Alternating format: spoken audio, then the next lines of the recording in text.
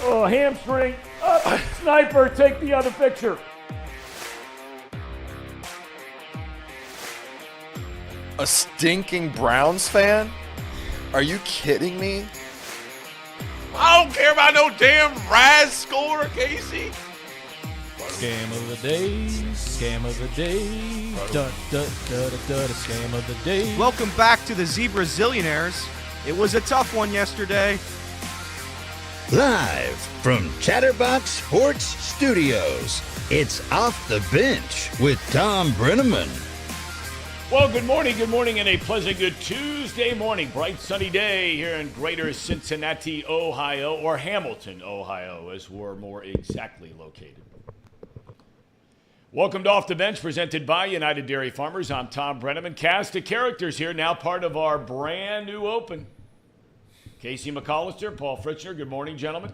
Tom, how are you today? Everything is beautiful, beautiful day out there. It's one of those weeks in the sports calendar. It's really the only week in the sports calendar where there's just really not a whole lot going on. Well, there's not a whole lot going on as far as baseball, and really that's the only thing going on right now. Yeah. But there are still some things going on. College sports has had itself quite a week. Yes. We'll get into plenty of that. Yes, we will. Casey, you doing all right today? I'm doing great. Doing fantastic, Tom. I'm doing great. Okay. What can I say? And then we turn to Elliot and we turn to Jacob. Gentlemen, first of all, how are we doing today? Everybody all right? Phenomenal. Doing Yeah? phenomenally. No complaints. Weather is great in Hamilton. It's always sunny in Hamilton. It is, Tom. We're going to call this a Degenerates Minute. Oh. Oh, boy. And Elliot, I'm looking at you, Uh-oh. okay? Yeah. I'm not calling you a degenerate, Okay. but you did mention yesterday on the show that for the home run derby, which, look, everybody, there are many of you out there that like the home run derby. I find it to be maybe the most boring event there is on television, but that's just me. That's just me. That's okay. To each his own, right?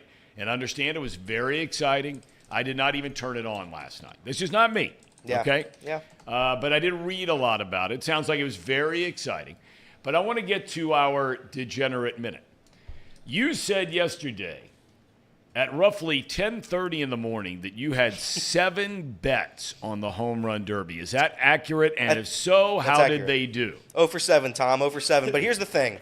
Bets aren't always about wins and losses. It's about the They fun. aren't? No, it's about the fun you have along the way. So that's what I took from last night.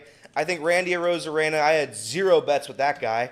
So shout out him for making the finals. I didn't have Vladdy. Vladdy's my guy, but I didn't have Vladdy because the value just wasn't there. So I had all the underdogs. Except for Randy, and they all stunk. So everybody stunk. All my bets lost. It was a bad night. Who But it were was you fun. betting on ultimately winning it? I bet on Adolis Garcia, and I don't know if you watched it. Well, obviously, you did I not. did not watch it. Adolis Garcia's, so his home run pitcher, or whatever they call him, their batting practice Right. pitcher, whatever. He was throwing like curveballs, sliders. He was trying to strike him out. Tom, he was trying to strike. He wasn't throwing yeah, he was. curveballs and Yeah, he was. sliders. He was Come trying to on. strike him out. There was a fantastic meme on Twitter of somebody saying, here's Adolis Garcia's batting practice pitcher, and it was just a picture of Nolan Ryan after he threw the hitter. I mean, it was crazy. I've never seen a pitcher try to do that during a home run derby. Adolis Garcia was like, he kept trying to like point at where he wanted the ball. Pitcher was nowhere close. It was horrendous. So I lost everything. Well, I mean, But- was it a coach? Was it a friend? Was it a relative? Do you know? Did they ever say? I don't know who it was. I'd imagine it was a coach, but I don't know. Whoever it was, they should be fired. I mean, they should have been replaced at the halfway mark.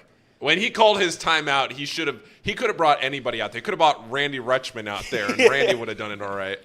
Tough. Yeah, it was tough. I thought it was yeah, that was brutal. I only had 1 bet, and it cashed easily before even the final round. What is that? The total number of home runs to be hit. You had an over. It was set at like 272 or something, and I think they were at close to 300 before the final round even went off. Well, I did wear in the first round to eliminate the 3-time champion Pete Alonso. Rodriguez hit 41 home runs. Yeah. In the first round. That's unbelievable. I had Alonzo in that one. That was tough. Wasn't even close. His pitcher stunk too, Tom. His pitcher was throwing balls like 10 feet outside. But he had a replacement pitcher, and he never got to practice with him. So I'll give that guy a break. Okay, but I mean, he was throwing like. He wasn't even close. It was terrible. But the he guy was throwing circle changes. the guy that was supposed to pitch for Alonso, tore his. He needs Tommy John or something. He had an elbow injury. Yeah, elbow injury. So they called this guy in as a replacement last second. Didn't go very well. Call to the pen. Yeah. Call to the pen. Not good. 41's pretty amazing up. That used to be a huge ballpark. Remember that when Ken Griffey Jr. and all, or Alex Rodriguez, and that was going to be a big pitcher's park, and it used to be, I don't know, maybe they've changed the dimensions. I don't know to that park. They have in some parks to make them more hitter-friendly. Anyway, welcome to the program. Lots to talk about today. We come your way Monday through Friday, 10 A to 12. P. And that can be found on YouTube/Chatterbox Sports. You can also download us in podcast form. Just search Off the Bench with Tom Brenneman, and you're dialed in. Tonight's 93rd edition of Major League Baseball's All Star Game will be played out in Seattle, Washington. Third time the game will be played in what used to be known as the Emerald City. God, it used to be such a nice place. And I'm told the wheels have completely fallen off that downtown. From people who live there, friends of mine that are getting out. It was a game that for many years, of course, it was dominated by the National League. These days, nothing could be further from the truth. The American League tonight is looking for its 10th straight win. Zach Gallen from the Arizona Diamondbacks starts it on the mound. Garrett Cole of the Yanks starts for the American League. Closer Alexis Diaz is the lone rep from the NL Central Division leading Cincinnati Reds. We talked about Vladimir Guerrero Jr. He's the 2023 Home Run Derby winner. After a 4-year absence from the event, the Toronto Slugger beat your guy. Yeah. I'm very, very sorry. Guerrero and his father, Vlad Sr., who won it 16 years ago, are the first father-son duo to ever win the Derby. 3-time winner Pete Alonso, we mentioned, bounced in the first round by Julio Rodriguez, who hit the 41 home runs in round one. All right, MLB Amateur Draft continued yesterday, and the Reds loading up on college pitchers by and large. They took a kid out of LSU. In the third round, they take Hunter, I think it's Holland. Is that correct? Holland out of Arkansas. He had a solid year for the Razorbacks. He was dealing with a leg injury he suffered very early in the year, which required surgery about a month ago. They say that will have no effect on his future as a pitcher. In the fourth round, the team took Cole Schoenwetter, a high school pitcher out of San Marcos, California. Fifth round, a catcher, Connor Burns out of Long Beach State. On to the sixth round, Ethan O'Donnell, an outfielder from the University of Virginia. In the seventh round, Miami Hurricanes shortstop Dominic Patelli. And then the Reds took 2 college pitchers in the final 2 rounds. How about Sean Casey? I almost drove off the road when I heard this yesterday. The former Red star is leaving the MLB network to take over as hitting coach for the New York Yankees. And that's just for the remainder of this year as of right now. The Yanks fired Dylan Lawson after Sunday's loss to the Cubbies. They are hitting as a team 231. Which ranks 28th out of 30 major league teams. Football news, Northwestern fired longtime head football coach Pat Fitzgerald yesterday amid allegations of widespread hazing within the football program. Fitzgerald went 110 and 101 over his 17 years as head coach. He was inducted into the College Football Hall of Fame in 2008, where he was a star linebacker at Northwestern. Defensive coordinator Dave Braun is expected to take over as interim head coach for this season. And this Bob Huggins story gets more bizarre by the day. A legal battle is certainly brewing between Huggins and West Virginia University. Huggins claims he never resigned from his head coaching job and should therefore still be employed by the school. The university says that ain't happening. Apparently, the email came from Huggins' wife's email address, June Huggins. Bob checked himself in, if I read correctly, into an alcohol rehabilitation center where he's been working on getting clean and getting sober, and fully expected to have his job back. Paul, you are our college basketball guru. Where in the world is this thing headed? Yeah, last night there were some more details that came out about it, and you pretty much referenced a lot of that there, Tom. And we talked about it yesterday on the box lunch, and it's just a really, really sad situation because, like I mentioned yesterday, you have a Hall of Fame coach who has done so much for so many people over the years, but he's also now just completely tarnished his legacy.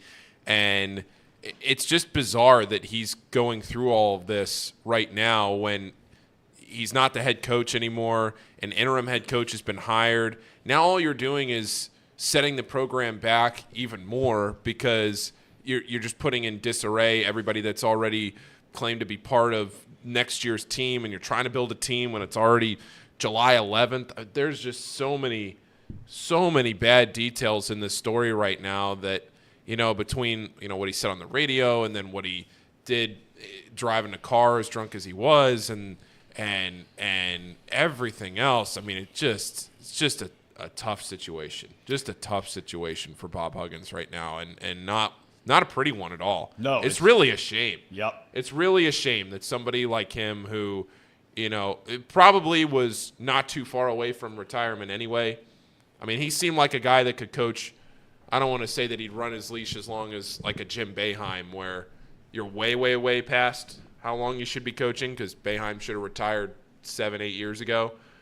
I don't want to say that would have been Huggins. I think Huggins would have eventually figured out that he needed to retire, but it's not like West Virginia was going to be a national championship caliber team this year. I mean, they had some decent pieces, but this was never going to be. Well, my understanding was with this transfer portal, they were a legitimate contender for the Big 12 championship, if not beyond. They had a decent team, but they weren't.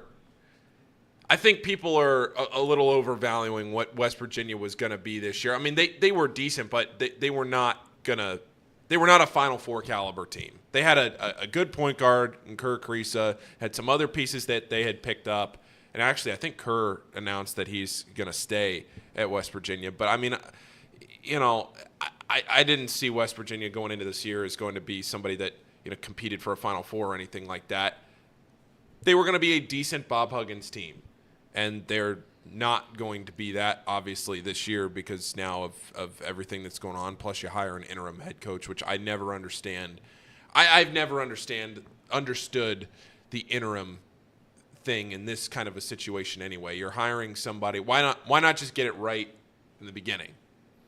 Why not just hire somebody? Why hire an interim in June? I don't understand that. Well, to begin with, you're not going to be able to get anybody you really, really want. I mean, you almost have to go the interim route. I mean, you're in a situation where you've got to think about the kids that are there. A number of those that transferred in are already going back in the portal. They've already decided. Some are staying, some are not. Some are already gone. And you're not going to be able to go out and hire a long-term coach in the month of June. You're just not going to be able to do it. Well, now you may just say, okay, we like this guy, and maybe you put some clauses in a contract that, maybe there are certain things that incentives where if you hit this, and this, that you'll be our permanent guy. But for a guy, I mean, this guy they hired, when I used to take my son to basketball camp there at West Virginia, this was a guy that was, as low on the totem pole as you could get. Yeah. I mean, he was a grad assistant, but he was also doing just menial stuff. I mean, really good basketball mind, was a basketball player, don't get me wrong. Yep. And he might turn out to be a great head coach. But you're not going to get the guy or a guy that you believe is the long-term guy in June. Look, this is about three different things, in my opinion. More times than not, you can start with money. Hugs doesn't need money, but everybody likes making money, okay? So when you resign, that means that they don't pay you anymore. More times than not, that's exactly what it means. You just left on your own accord. You're not going to get paid your salary. You get fired, you do continue to get your salary. Or you can negotiate some kind of settlement, so to speak. You got number one. Look, most of the stuff, unfortunately, in life comes down to money, okay? Two, You have a guy who's only done one thing his entire life. His entire life, all he has known is basketball. His father was a legendary high school basketball coach, Hall of Fame basketball coach here in the state of Ohio. He played basketball at West Virginia after starting at Ohio University. He had a chance to play in the pros before he got hurt. Last guy cut, you may remember. We told that story when we had him on. He goes immediately into coaching, and he's done nothing ever since. His whole life has been about basketball and being a basketball coach his entire adult life. Then you get to number 3. He's already in the Hall of Fame, but there's no doubt that ever-elusive chance at winning a national championship is out there. And he'd love to have a chance to see if he could go win it, right? I mean, some of the chat are saying most people thought it was a Sweet 16 contending team this year. Once you get to the Sweet 16, you never know what can happen. We saw that this year. You get there, you never know. And who knows if that's what they were or they weren't. We're never going to know. But this whole thing, it is very, very sad because it's sad for the things that he's done, the things that he did. It's sad for the kids that he brought in there. Because the one thing about Huggins, whether you like him or don't, he genuinely does care very much about the kids. And obviously the kids who have played for him over the better part of 40 years, they care a lot about him. You just saw that whole caravan of players from Cincinnati that went to West Virginia, 2 Mondays ago after everything went down and he lost his job. I mean, that was one of the most unbelievable things I've ever seen. I mean, you had Van Exel and Corey Blunt and all these guys and, you know, the Terrence Gibsons of the world all going back there, just showing up in West Virginia to let him know how much they appreciate everything he did for him. So there are a lot of things that are – none of them are good. And, look, I'm no lawyer. I'm not smart enough. That's way over my pay scale here. But clearly there are some people in the legal field that are now representing him that feel like they got a case on this deal. Or else they wouldn't be doing it, right? I mean, why would you go through the motions of all that? Apparently, the resignation came from his wife's email. He never signed it, which they're saying is the reason why this is not a resignation letter. Said, I've been in rehab. I don't know. You have any feel for this, Elliot? You're a big UC guy. I am a UC guy. If that's the case, I don't know. I still don't fully understand the statement part of it because when you released that statement and he told the players, right? He told his players that he would not be coaching them. I don't know if it's the lawyer, if it's his lawyer trying to bring him back in from a legal standpoint, from a money standpoint. I don't know what the whole deal is. I just know that it's, as a UC fan, we still love Bob Huggins here. We always will. He's a staple of Cincinnati for what he's done for the UC basketball program. I hope whatever happens, I hope he gets the help he needs because it does seem like whatever's happening is not good, and I hope somebody helps him quickly because it's just for him to end his career like this and just absolutely just shambles is not good. It's not good. But do you understand this? Why did he release the statement then? I don't get that part. Well, I mean, there are a lot of things here we don't get. I think that's safe to say. I mean, there have been 4 letters sent between him and the attorneys in West Virginia back and forth of trying to figure things out. And apparently he came into the office and cleaned everything out of there. So what are we doing here? It has to be the lawyer. I don't know, but it has to be the lawyer that is trying to get some money for Bob Huggins. That's the only thing I can think of. And with his career ending, he's just trying to get some again, I don't know. I don't know this, but it just seems to me like the lawyer's just trying to get Bob Huggins some money. Yeah. I think as the week goes on, I think we will see some more details come out. Maybe by Thursday, maybe we might know a little more about this. But if you want to talk about somebody that's going to be owed a lot of money and is probably going to lawyer up in a big, big way, it's Pat Fitzgerald. Oh. Pat Fitzgerald is owed over $40 million and was fired. And I am extremely interested to see how that all is going to end up and what's going to happen there, Tom. I'm not exactly asking for thoughts because I think it's Well, one right nugget now. I read in this story today, okay, is that, look, here's the deal. Apparently, the president used to be at Oregon, right? Yeah. He leaves Oregon, becomes the president at Northwestern in June. So here he is, shows up on the job. Going back a number of months is when the whole thing started. We talked yesterday about a student athlete there, played on the football team, who went to the administration and said, the prior administration, as far as the presidency is concerned, and said, look, this is what's going on in the program. Here are some of the things, detailed blow by blow, that went on under Pat Fitzgerald's watch. So they hire an independent investigative group to go do this investigation as to what's true and what's not true. Now, we talked about all the moving parts yesterday, and they continue to move, right? Like chess pieces here on this deal.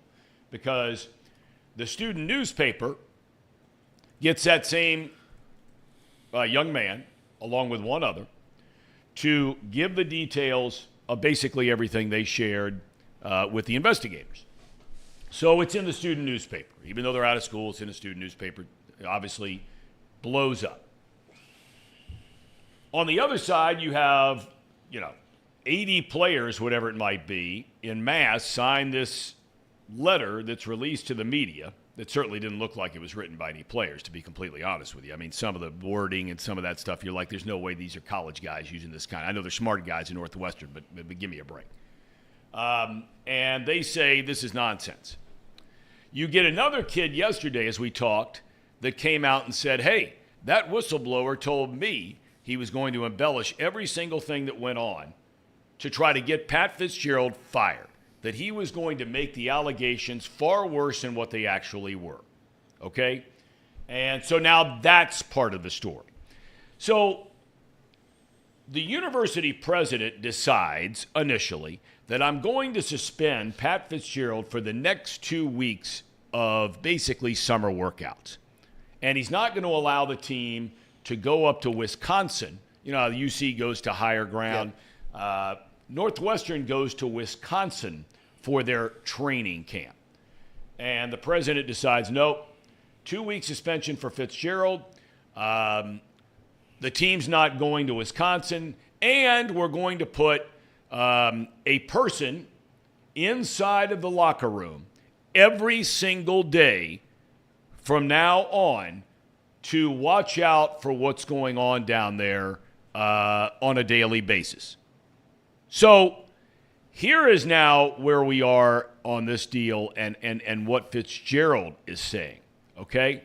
Now, when the president gave him a 2 week suspension, there are so many laws, when you're talking about working environment, even though it's a private school, there are all kinds of things that, legalese stuff that when you're going to suspend somebody for something like this, there's a legal document that says, here's what we're doing. And it was laid out apparently very clearly by the university president that this was a 2 week suspension.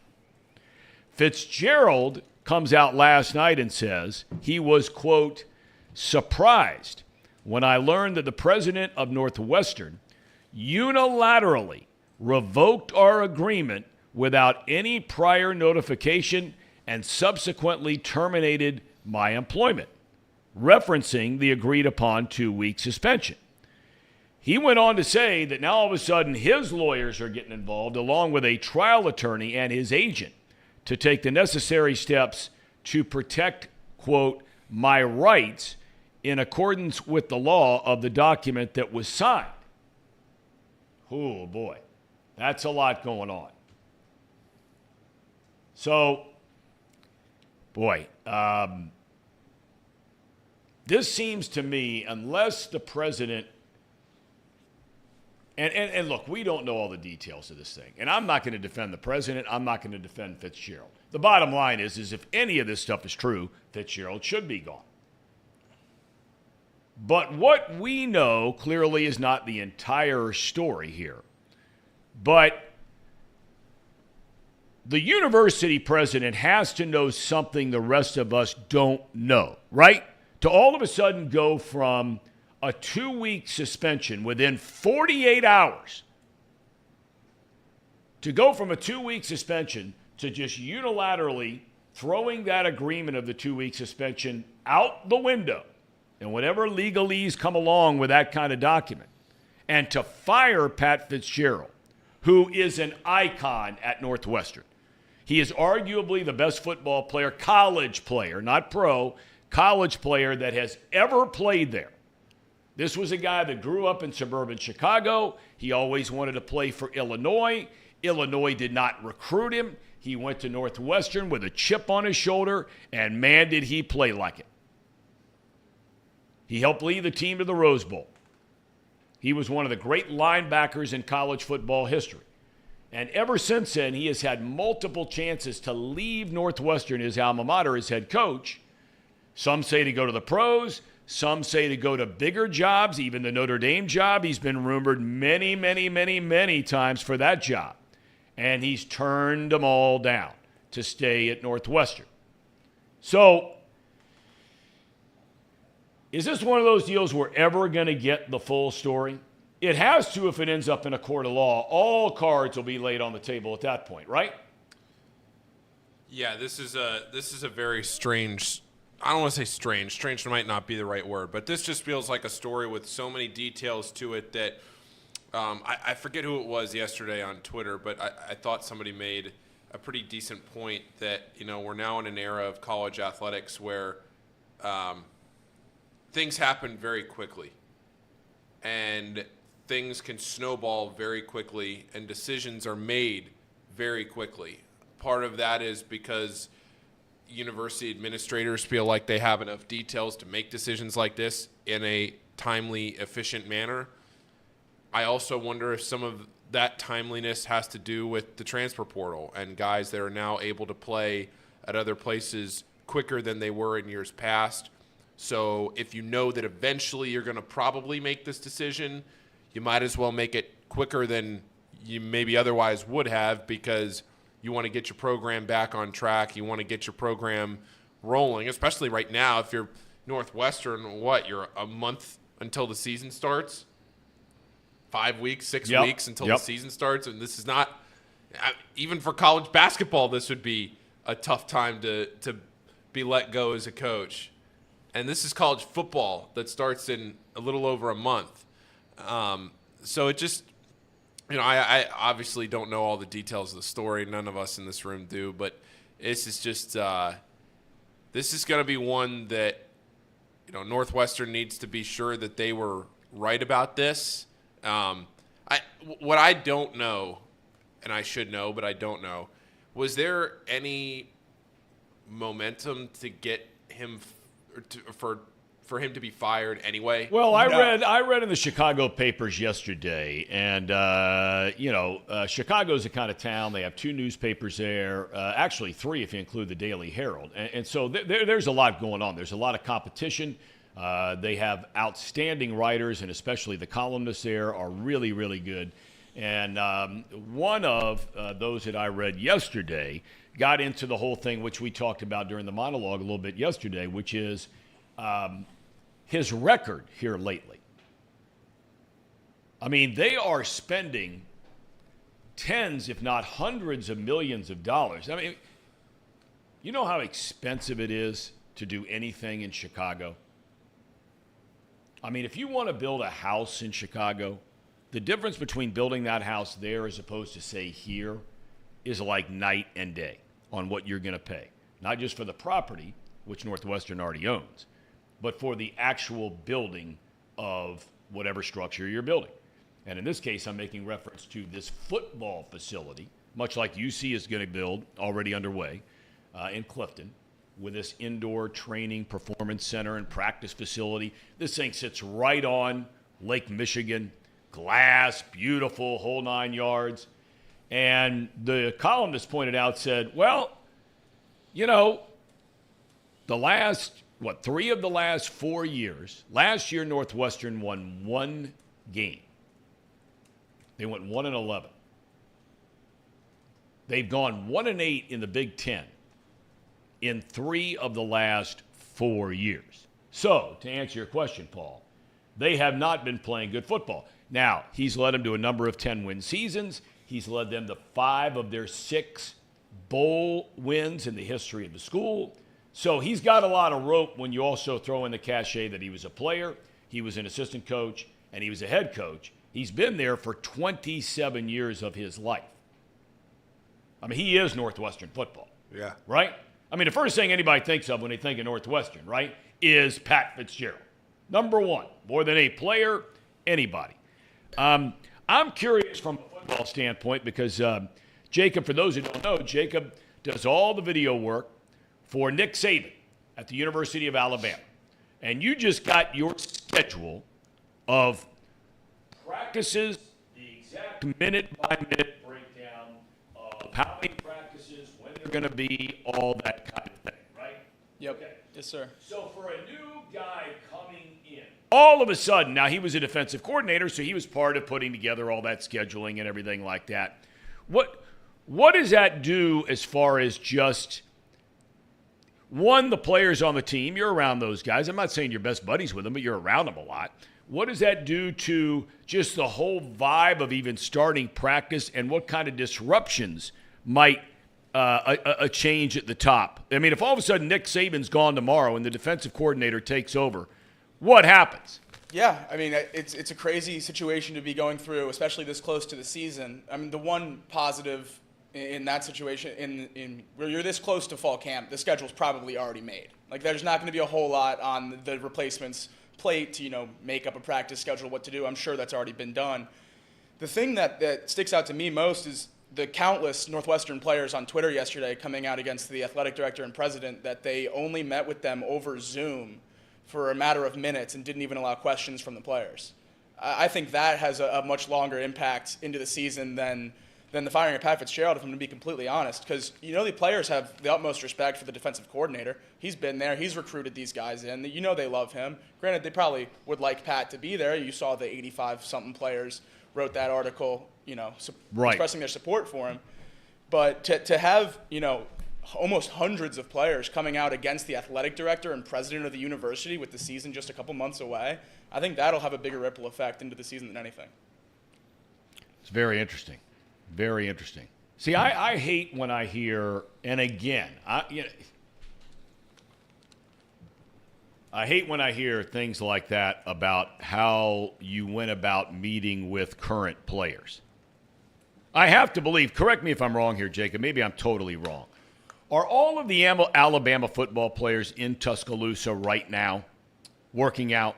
I'm not entirely sure. If they're not there right now, there will be by next week. Okay. So, look, it's not Monday morning quarterbacking here.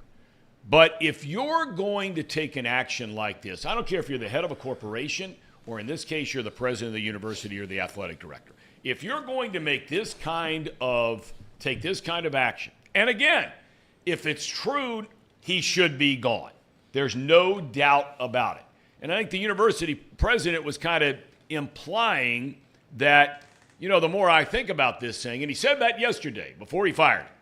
He said, or 2 days ago, he says, I'm thinking about reconsidering my punishment here. He says, because, there's more information maybe that I didn't have before, whatever it might be. I don't like in any form or fashion, though, that if you have players that are currently on that team, and how many players are there, 100? Yeah, at least. Okay, if you got 100 guys there, 100,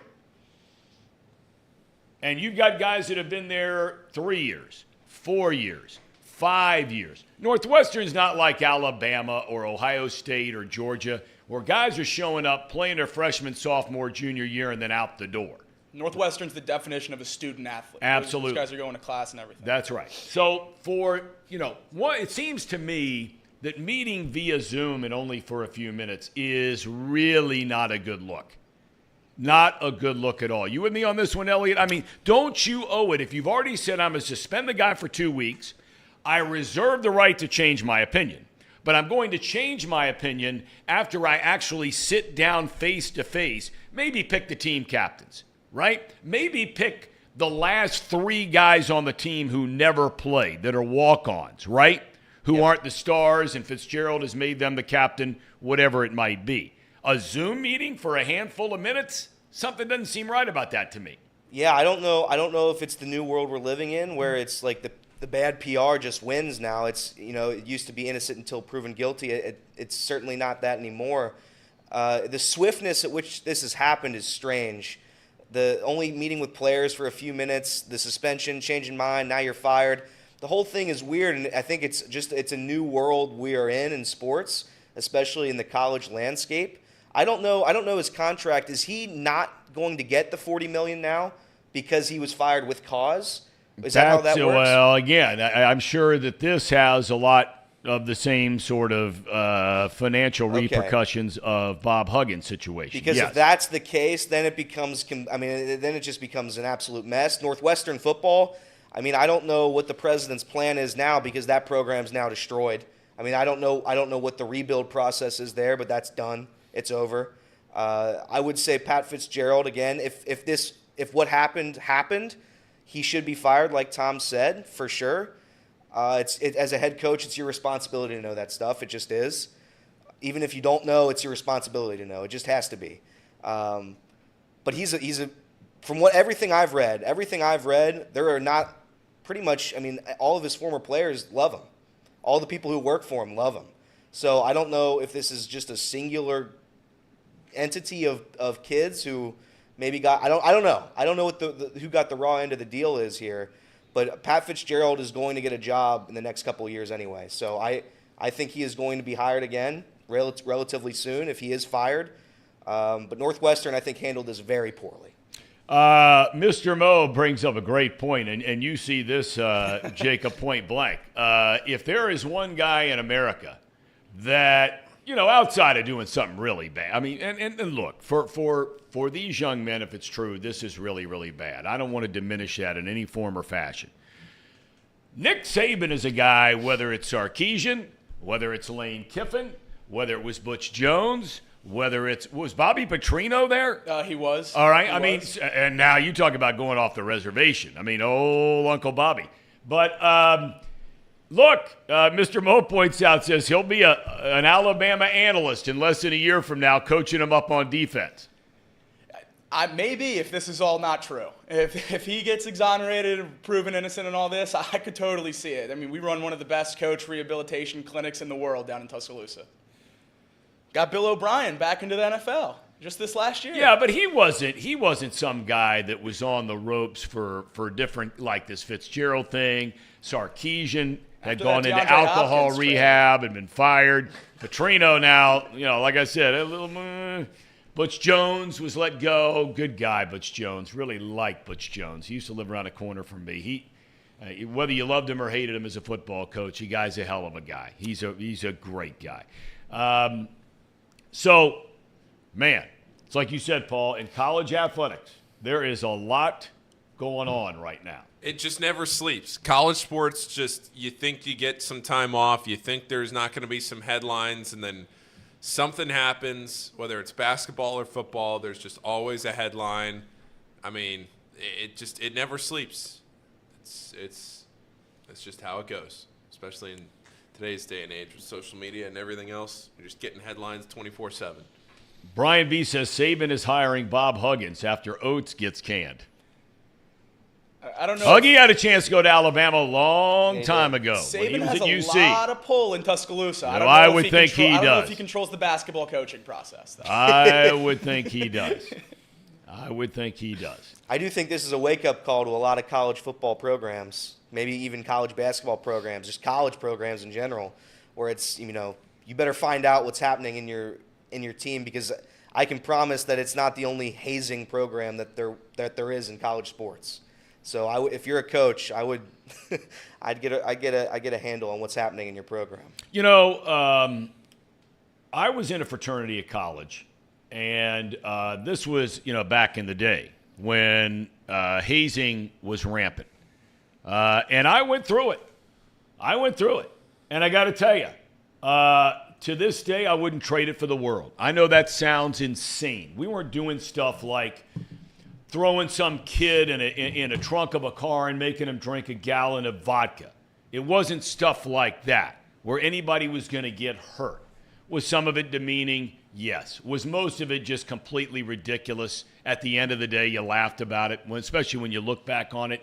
Yes. I can also see how for select few, it is completely degrading and it is completely humiliating, and how it would lead for some to have some long-term issues or certainly some short-term issues. I get it. I totally get it. So, look, there's a lot going on here. There's a lot going on. And I can speak to hazing firsthand. And they've done a lot of things to try and change it in Ohio. The NCAA has so many rules and all this kind of stuff. But where this Fitzgerald thing ultimately leads, who knows? And no, some of you asking for stories, those are not happening. Those are not happening. They're neither here nor there. And there's still hazing that goes on. Yeah, absolutely. There's still hazing that goes on. There's hazing that goes on. People like to jump on immediately fraternity. Like it's some bad word, fraternity. At the end of the day, fraternities really are a very, very good thing. You make lifelong relationships. You make lifelong friends. To this day, 4 or 5 of my best friends in the world were guys that I didn't meet until college. And I lived in the same dorm. It was a house with them for 3 years. I'm in a fraternity at Alabama. It's all my best friends. I lived in the house last year. It's some of the best experiences of my life. And it's not a bunch of rich guys, which is often portrayed in that kind of thing. That's not the case. It's not. And universities are different everywhere. They're very, very different. Look, Ohio State got in trouble hazing with the band. So before people just jump on a bandwagon, oh, those fraternity guys, oh, those football guys. Well, it was also the music guys. And I can promise you there are other things going on out there, different levels, not endorsing any of them. There is such a thing as harmless hazing. There really is. There really is. But then there are things, like I said, where, does it border on abuse? Does it border on long-term mental health stuff? Does it border on physically or mentally doing harm to people? These guys, these fraternities that I read about where they throw some kid in the back of a trunk and make him drink a gallon of vodka, that is a serious problem. That's a serious problem. Okay. Ham and Eggers, take it away. When we come back, we're going to talk about the All Star Game. Okay? Talk about the All Star Game.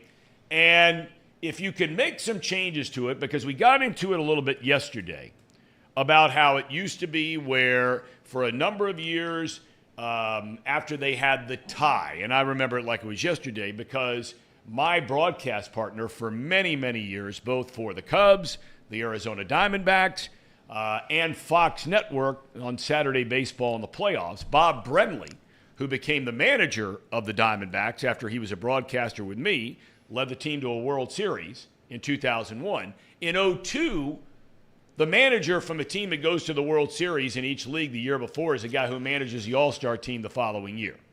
So he was a manager of the National League team that played in Milwaukee, and that game ended in a tie. And that was a time where all of a sudden Bud Selig decides, you know what, I'm not watching this nonsense anymore. We're going to try to win, and whoever wins the game, that league will get home field advantage for the World Series. A lot of people didn't like that. I thought it was a good idea. I thought it brought a little something, sort of an edge back to the World Series and trying to win, because interleague play completely dissolved all of the mystique and all of the mystery of the way it used to be when, you'd have Vida Blue on the mound for the Oakland A's and he's never pitched against fill in the blank, right? You'd have Bob Gibson on the mound for the National League and he's never faced fill in the blank. I mean, going all the way back in time. Koufax on the mound. He's never faced Ted Williams, right? So there was that mystique that no longer exists with interleague play. They got rid of the home field advantage rule for the winning league. That's gone. But what about some changes they can make to the actual game itself? I was looking through some interesting rules that different minor league leagues have. And the Pioneer League, for example, of some of the rules that they've put in, besides the pitch clock and the shift and all that kind of thing, that I think might make the All-Star Game a little bit more exciting. We'll hear from the guys as well. Ham and Eggers, Mr. President, take it away. It's that time of the show, the Ham and Eggers. These guys are great, trust me, I would know. I introduce all the best segments. Encore Technologies has been a fantastic sponsor of Chatterbox Sports for the last 10 months. So we thank them for everything they've done. Encore Technologies provides IT solutions for a data-centered world with a suite of services from mobile computing to desktop to data center, supporting both centralized and work-from-home computing models to improve efficiency and Productivity. That's right, Casey. You can visit encore.tech, and the path to innovation begins here. Pawnee Water, made right across the street in Hamilton. Somebody made the joke in the chat. Otani, can we get the Otani contract sponsored by Pawnee? Yes. Yes. Please. Pawnee for Otani. Can we get that? Can we get that hashtag trending? Let's Pawnee for Otani. Pawnee for Otani. How many Pawnee Waters do you think we would have to sell to get Shohei Otani to show up in Cincinnati at Great American Ballpark? Probably a lot. Probably a lot. Pawnee for Otani. Pawnee Water, it's made right here in Hamilton, Ohio, right across the street. Uses natural limestone filtration, unlike the artificial processing that many other brands use. The result is a healthy alkaline water that is the best tasting water in the world. You can visit their website at pawneewater.com. That's P-A-H-H-N-I water.com. P-A-H-H-N-I water.com to see where you can buy it. Chatterbox Reds Night is just a few days away. It is next Monday. We are less than a week from Chatterbox Reds Night. That is at Great American Ballpark. You can buy the 4 shirts, put the ticket in your cart, use code CBOX. Let's get that figured out. It's code CBOX, correct? Yes. Anybody in this room help me out here? It's code CBOX. Yes. Yes. Okay. It is code CBOX, CBOX. Throw it in the you have to put the ticket in the cart. 4 shirts, put the ticket in the cart, use code CBOX when you check out. You get the ticket for free. It's at the Riverboat Deck next week, next Monday. We'll all be there. Should be a great time playing the Giants Monday night. That's everything on my end. Make sure you download the podcast, subscribe, rate, review, all that good stuff. Chatterbox Reds still kicking. Chatterbox Reds has a whole week of coverage this week. Nick Kirby is putting out shows. And doing everything for the week. You know, one thing I haven't talked about, I just want to say real quick, Taylor Swift concert was a lot of fun. I know it's been like 2 weeks since that happened, but I just haven't been here. We never talked about it. We didn't dive into it. No, but it was fun. I loved your outfit, by the way. The orange. It was great. Wasn't the orange? It was great. That was a Target special. So originally I had the idea of getting a T-shirt that had the screenshot of me for getting the tickets, the tweet right. of me for getting the tickets and putting that right on the front. And then I thought, nah, I'm not doing that. It's a little too much. It's a little dumb. So we got the shirt, nice polo. It's rewearable. It's nice. It was a fun outfit. It was a fun time. I gotta be honest, it was a little intimidating when you were up there in the like 5 rows from the top, and the whole place was literally shaking. Like I could feel the steps underneath my feet, the concrete steps. The entire third deck was literally shaking. Were you there Friday? I was there Friday night, so I did. Was she visibly upset with the Reds fireworks after they won? I kept seeing tweets about that, how everybody was pissed off that the fireworks went off and disrupted the Taylor Swift concert. So I loved it because it let me know what was happening in the Reds game, because I was like on my phone in my right pocket trying to figure out what was going on with the Reds and trying to fight the Wi-Fi signal and everything else to see what was going on, because that was the game that went to 11 or 12 innings. I was so high up I could barely see her anyway. So if she was upset, she very well could have been. But that was not the night that she brought out who was the guy from the National to play the guitar on Saturday night. She played 3 songs because the weather got moved up. Brought Gracie Abrams out. It's a whole deal. I don't know. Didn't know either of the surprise songs that we got, but that's about how par for the course for me. Did you ever put up a picture of your outfit? Yeah, I did. It's my Twitter profile picture now. Let's see that. All right, here. I'll DM it to you, Casey. How'd you do on the bracelets? I know the bracelet exchange is a big part of the concert. Did you get any? Yeah. Show them. What's the bracelet exchange? What is that?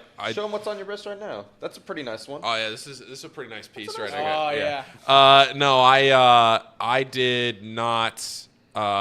Some guy, I was standing outside Yard House waiting for a friend to meet up, and some like drunk dude handed me one friendship bracelet, threw it at me, and was like, "Here Very you go." nice. I did not know that. I was wildly unprepared, but it's a tiny little. Well, you one. have Yeah. to have a bracelet. My understanding is for a Taylor Swift concert. Right. I mean, that's a Right, must. that That's was like, my I mean, that understanding is as like, well. even if you don't dress up or whatever it is, based on the era, right? That's the Right. deal, right? All right, I just DM'd it to you, Casey. I did not. You I have did to not wear a have- bracelet. So when he gave it to you, did you put it on? No. What? Why? Well, it was over. The concert was over. Bad guy We were Paul. walking home. Bad guy We were Paul. walking back to the car, and it was also. I don't know if I could have gotten it on. It was very small. Here we go. All right, let's I take mean, a look. check out. Look at that. That's an elite outfit. Look at that shirt. What, It's oranges. I know, but It's got nothing to do with Taylor Swift, Tom. I was getting ready to say, what is It's he? just a what is summer it tied shirt. to Taylor Swift? It's just here? a summer shirt. That's a great shirt. It's a big good league look. shirt. I love it. I I thought can't it was believe- kind of a funny look. That is a good look. Rewearability, like 10 out of 10. Oh yeah, You're right I was down go- there on the banks, right? Yeah, that was right outside Holy Grail. Wow. That is a big league shirt. I got to tell you, what's on that shirt? There's sharks or Oranges. Oranges, or grape. I can't tell if it's oranges or grapefruit. That's a firm thumbs up there, too. That Clean is- 90-degree elbow. Yeah, that is a good thumbs I mean, up. that is a... Yeah, see, If there you go. there's ever a shirt, oh, I see. Okay, I thought the blue part from far away looked like sharks or something. Oh, I see. Like what a you're Jimmy saying. Buffett concert. Maybe you show up with some sharks, fins, Sure. whatever might be going on. Are you guys don't go to Buffett, do you? Well, I was gonna say, are you a parent? I love Buffett. I've seen him dozens of times. I mean, his concerts were unbelievable. There was a point in time here in Cincinnati, which has always been one of his favorite stops in the country, where he used to come in here for like 5, 6, 7 nights at a time. He doesn't do that anymore as he's gotten older. But that was a must-see show. I don't know. He's got to be coming again this summer, isn't he? I don't know. I would assume. I haven't it seems like seen. he usually comes here. Yeah, I he would normally assume. does. But maybe this year he takes a summer. No, I think he was already here, wasn't Was he? I don't know. I that's one thing I kind of kick myself over a lot. I don't get to many live shows anymore just because I don't look them up to see who's in town. Because I love live music. Somebody says Nirvana is in town this week. Really? Reed Mouse says that. Oh, Foo Fighters and Nirvana. I think this is a Taylor Swift. That's a in Pawnee Hamilton Water type special. thing. Yeah, this is the fake Yeah, Nirvana. it's the River's Edge. Elliot, is this a Hamilton special? Yeah, it is a Hamilton. It's just some guy from his basement. He just likes Nirvana a lot. He's gonna come out on the stage and play some Nirvana for everybody. I think that's what's going on here. Could be wrong. Could actually be Nirvana. Maybe. I doubt it though. Why do they call it River's Edge? Because we have a River Bend. Did they just copy River Bend? He meant Norvana. Oh. Norvana. According to Market X. That's a new name, is it not, to the chat? Market X? Yeah, that's I definitely think new. so. Okay, well, welcome, Market X. Yeah, I mean, for Reed to post that is very misleading to our audience. Because if all of a sudden Nirvana and Foo Fighters were in town, it wouldn't be on the level of Taylor Swift. Nothing in this day and age, not even Garth Brooks. The only thing that would come close to Taylor Swift being in town would be, say, the Rolling Stones in town, right? That would be about it. But Nirvana and the Foo Fighters would be a big deal. Tom, we were driving home from lunch yesterday, or we were driving back to the office from lunch yesterday. We saw a character, and again, there's not a bigger Hamilton fan than me. Oh, here you go. You're like- prefacing everything before a Hamilton slam, Elliot. No, wait a minute. I'm the biggest Hamilton fan there is. We saw a guy mowing the crosswalk. He had a lawnmower, and he was riding it across the sidewalk there. The engine wasn't on. Well, The windows were up. We can't be sure. We can't be sure. We can't be sure. But it was strange. It was strange. I've never seen that before. Just right across the road, right across the red light. He was just walking his lawnmower. Maybe he was going home. I don't know. But it was funny. I love Hamilton. This is my home. The best part was that I've been here for long enough now that I didn't even think anything about it. Yeah, that Jacob brought it up. We just thought it was. I was mid-conversation with Paul, and my jaw hit the floor when I noticed a lawnmower going across the highway. Sir Boy Wonder asks a question, though, Elliot. He says that doesn't happen on the west side of town. I have never once seen a lawnmower get ridden across the road like that. But hey, I teach their own. Wait, is it a rider? Was it a It rider? was a push. It was a push. Okay, all right, okay, It was a all right. push, but still, nonetheless, I mean, he's walking over a crosswalk there. I don't know. Dude, you know it's He was some crossing- guy here in Hamilton who's working his tail off. Yeah, he he probably is. has this very small, maybe just one-man operation, landscaping company, right? And he's just getting to the other side of the road to go mow the next person's lawn. Yeah, but there wasn't anything on the other side of the road, Tom. That's the thing. It was just buildings over there. There was no grass. Grass was not in sight. There was like a McDonald's on the right. Maybe he was walking it to McDonald's. I don't know. Mr. Mo wants to know, Jacob, you've never seen a mower getting pushed across the street in Alabama? Well, that's a good point. That's a valid point. That's a a good valid point there. point. That's a good point. That's But yeah, the but preferred mode of it was a good day yesterday. Michael Ackley says, I've seen that in Covington quite a bit, mainly down by Latonia. Latonia. Okay. All right. Do they ride mowers down the road in Blanchester, Casey? Oh, yeah.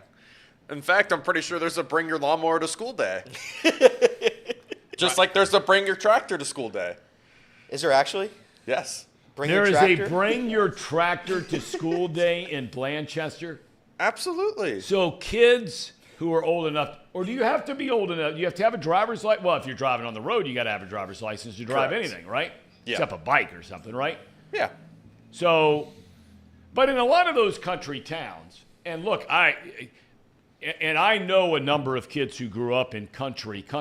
I mean, their parents were getting them to drive at like 13, 14 years old because the family needed them to be able to do stuff like that in many cases.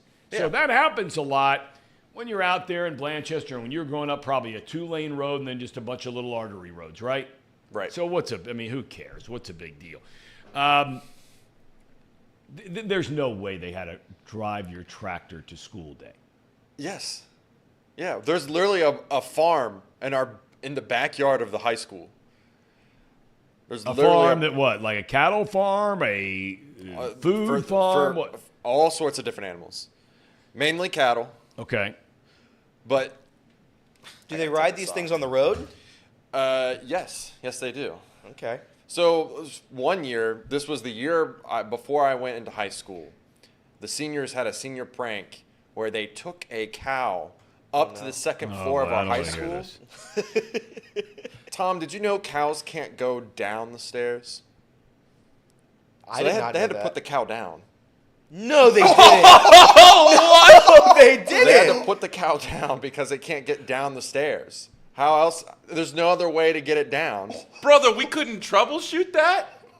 What are Well, I we guess doing? There I guess had we to be did a kinda way. You could have troubleshoot. had Problem a was ramp solved, or Paul. something to get it down. You got to be kidding me. As a prank, and they have to put the poor cow down.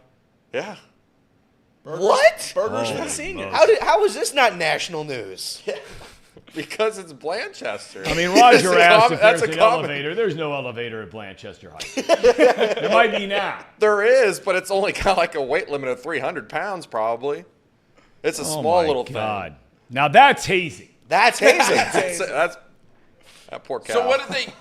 What was the punishment for those kids? Yeah, what happened? Well, it was like it was so. It Fresh was grilled steaks. so I don't know the full details of this story, but I'm pretty sure it was like one of the kids, like 4-H animals that they're right. raising. So the punishment was already there. Like you're losing an animal that you've taken care of that you plan to compete with. Yikes, So- man. For a Oh few my laughs. God. For a few laughs. Yikes. Yeah. How big was Great this cow? point made by Tyler Dowley. Says we can put a man on the moon. And at Blanchester, we can't get a poor cow not bothering anybody. Can't get it down the stairs, so we got to kill it. How big was this cow? Like how? I mean, what I'm are we pretty talking- sure it was like a full grown like.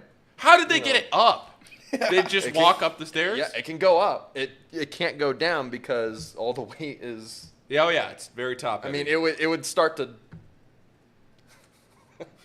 I mean, I've lost whatever respect I had for Blanchester, it's now gone. I mean, that's horrendous. That's a horror story. Senior prank. That's horrible. That's an elite prank. That's an elite prank. What's the prank? The cow dies? I imagine that the administration Fools. tried to get the cow down the stairs Yes, for an there extended there period was of time. there was attempts to get it down the stairs. I don't think that they thought of like getting a ramp or anything like that because it's a giant animal. You can't like force it to. It's gonna get hurt going down the ramp anyways because it's a giant cow.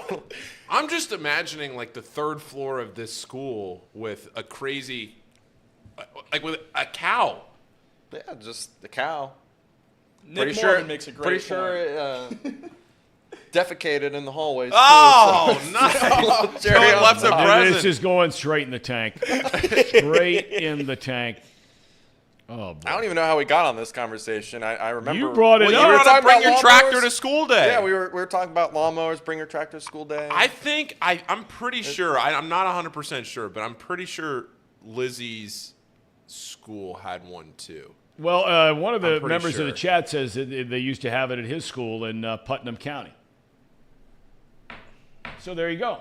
Maybe that's a popular thing to do in rural America. Oh God, can we please drive a tractor into work here? Yes. There's got to be somewhere not too far from where we're sitting right now where they have that. There has to be. I mean, there's a lot of between here and, Oxford, and then you get north of Oxford, and there's farmland everywhere around here. I'll be honest. Everett would be able to answer this question. Does Ross do that? Ross might. Yeah, Ross Ross Yeah. might. I don't know if Everett's listening right now, but Ross. I've not seen Everett in the chat today. Yes, Here he's it is. right. He's right. Reed Mouse says Reed- Ross and Talawanda have bring your tractor to school day. That's pretty cool. Talawanda does? As does Edgewood. That's a lead. Okay. Where is Ronnie when you need him? Sports. Boy, we have drifted way off the reservation. All right. I want to get to the All Star Game here for a minute tonight. Look, it's always exciting. It's cool to watch. I brought up earlier that, I was one of the guys that was really in favor of interleague play when they first started that. So I'm not going to go back and say, oh, it stinks, because, look, I was a fan of it. I remember Bob Costas at the time did not like it. Bob Costas did not like the advent of the wild card. A lot of this took place right around the same time. So I was in favor, just for the record, not that anybody cares, I was in favor of both of those things, the advent of the wild card and interleague play. Now, over the long haul, I think most people, not all, want to hear what you guys think, because you guys are all baseball guys. I think over the long haul, we've enjoyed, by and large, interleague play. Having a chance to see some of the great stars from the other league that forever until the late 1990s, you would never see unless you drove out of town to an American League city to watch George Brett or to watch Ken Griffey. Well, by the time Griffey came up, they had already started interleague play, but you know what I'm saying. To see some of the stars from the American League, if you're a National League city person, or vice versa. So over the long haul, I think everybody's pretty much enjoyed it. Now, has it run its course? There are people that can make that case, and okay, that's fine. The one area where it's really hurt, really maybe the only area it's really hurt, is the All Star Game. Because, you guys aren't old enough to remember because there's basically been interleague play since you guys have been old enough to really follow baseball. But man, you talk to guys who played in the 50s, 60s, 70s, 80s, and you talk to these guys about their experience for the All Star Game. Last night during the Home Run Derby or tonight before the game, you'll see National League guys carrying on the field with American League guys and joking around and hugging and kissing and all that kind of stuff like you see in normal baseball games now that you used to not be able to do before games, at least not in front of other people, fans in the stands specifically. Back in those days, man, it was game on. I mean, when the National League team showed up and you had Willie Mays and Hank Aaron and Ron Santo and you had all these kids, Sandy Koufax, I mean, these guys were there to win the game. There was pride of representing the National League, and you didn't like the American League. You did not like them, and vice versa. And you were out to win. And, I mean, is there any better illustration? You may think it's a dirty play. You might think it's a cheap play.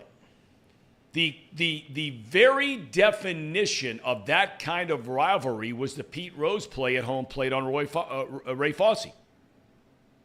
He's scoring the winning run in the game and blasts the catcher. Now, is that good for the sport? No. You wouldn't want to see that now. You don't want to see some guy get knocked out for the year and alter his very career by getting barreled over at home plate in an All Star game. But there's no more mystique now anymore. Guys change teams much more frequently. Back then, there wasn't free agency like there is now. There wasn't salary arbitration until a little bit later on, like there is now. So there's not the player movement that there used to be. Most guys would start in one league, and most times they'd finish either with that same team or finish their career in that league. All that's gone. All right, you talk about all that. But before we get to the next thing about any things you'd like to see different, at this particular point in time in baseball, we are now in a balanced schedule. Yes, you still play teams within your own division more than you do outside of your division, but you're playing everybody. Everybody plays everybody. Now, that's a new thing this year. You still like, Paul, inter-league play? Yeah, I do. I really do. I think it's now, granted, I think you made a good point, Tom, where you said I'm from a very different generation than from the people that grew up knowing that you saw the All-Star Game and then the World Series when the two leagues met. But I think it gives you a pretty good idea of, look, baseball is at a point right now where it's become so regionalized. You look at sports like the NFL or even the NBA a little bit, but the NBA is really dominated by its stars. The NFL is such a national sport. They've done such a good job at marketing the sport and making it so that if you live in Cincinnati, you're watching the primetime game that might be between the 49ers and the Rams. It's a West Coast. Could you imagine being in Cincinnati, just the casual baseball fan, and watching Sunday night baseball between the Giants and the Giants and Dodgers might be a tough one. The Mariners and the Angels on Sunday night baseball. But if it's the Rams and the Seahawks, you're going to watch that. Yep. And the reason I bring that up is because baseball has become so regionalized where you care about your team and probably your team only. Yep. Because it's so hard to follow all the other teams and all the player moves and everything else you got to follow. Blackout rules. Blackout rules and what you can and can't watch and 162 games. Yeah. It's very difficult to follow the entire league unless that's all you care about. And so I really like the fact that the Reds get to play Shohei Ohtani. I really like the fact that the Reds get to play some of these teams that if you don't have MLB TV, now you get to watch those teams because it's circumventing the blackout rules where if you don't have these TV packages or if you don't have MLB TV, but like me, I don't have MLB TV. I used to. I don't anymore because all I have time to do really is watch the Reds.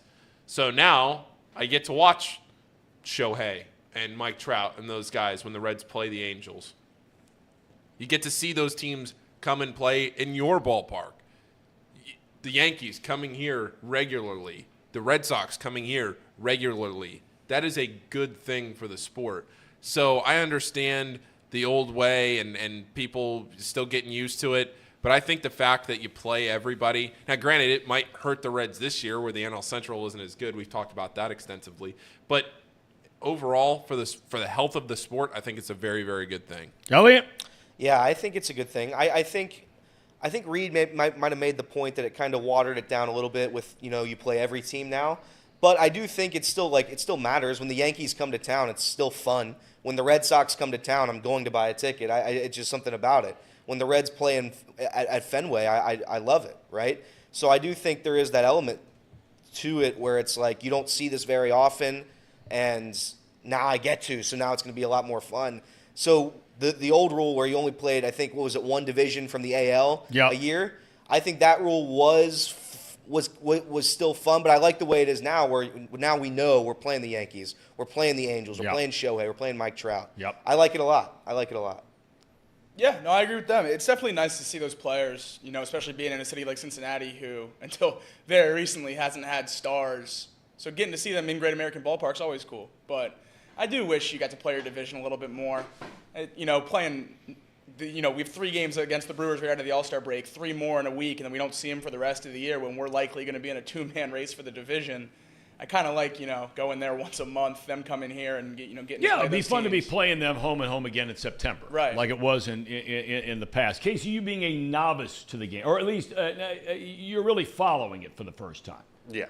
So you really didn't even know that they didn't used to have interleague play. You now are following it just when that's just part of the landscape, right? Right. Yeah, and I enjoy it. I think it's. To me, I, as a fan, would rather know how I stack up against every team in the league, and playing every team in the league at least one series, in my opinion, I enjoy that. And I enjoy also seeing, like we've all said around the room here, getting to see like Shohei and Trout and any of the other notable players around the MLB, which I'm learning as I go, which is kind of, important for someone that's new. Like, I had no idea anyone outside of the Reds organization pretty much at the start of the season. Now I'm starting to learn names. The All-Star break has helped with that a little bit too, and just getting familiar with those guys. But I think it's helped the sport, in my opinion. I get the wanting to play the rivals more if you've been a fan for a long time. Because if it were up to me and if football got expanded, I would want to play the division more, because those are more just tough, nitty-gritty games that are enjoyable to watch. Yep. So I do see where... And they mean more because it's like 2 games instead of 1. Right. And it's the same thing for baseball. I mean, maybe not to 2 games to 1, but it's like it's a extra half game when you play them, right? It means more. So... Anyways, to finish my thought here, I enjoy it the way it is right now. Yeah.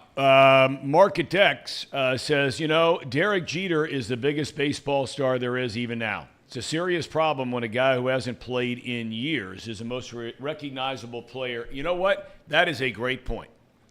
Yeah. And we've talked about this before, and people say, well, baseball doesn't market their players. Look, they went to Mike Trout and asked him to be the guy. He didn't want to do it.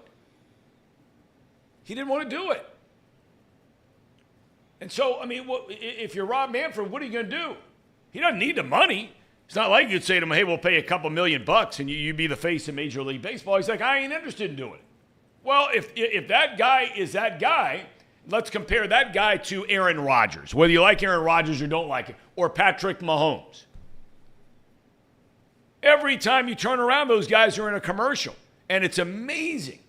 It's amazing to me, in a sport where you wear a face mask and a helmet, that if Aaron Rodgers walked right down the middle of OTR, everybody and his brother would know who Aaron Rodgers is.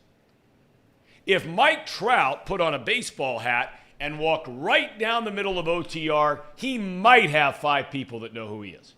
Take the baseball hat off of him, it might be 3. That's a problem for baseball. I think people would know Shohei. I think Shohei's a bit bigger than... I think Shohei's a little bit of a different situation, though. An international player gets internationally recognized as well, so you're getting 2 different types of exposure there. I think the biggest thing with baseball, and I've always said this, is that 162 games just completely loses interest in a lot of fans. In September, respectfully, in September the Reds have not had many memorable Septembers because the season's over by then.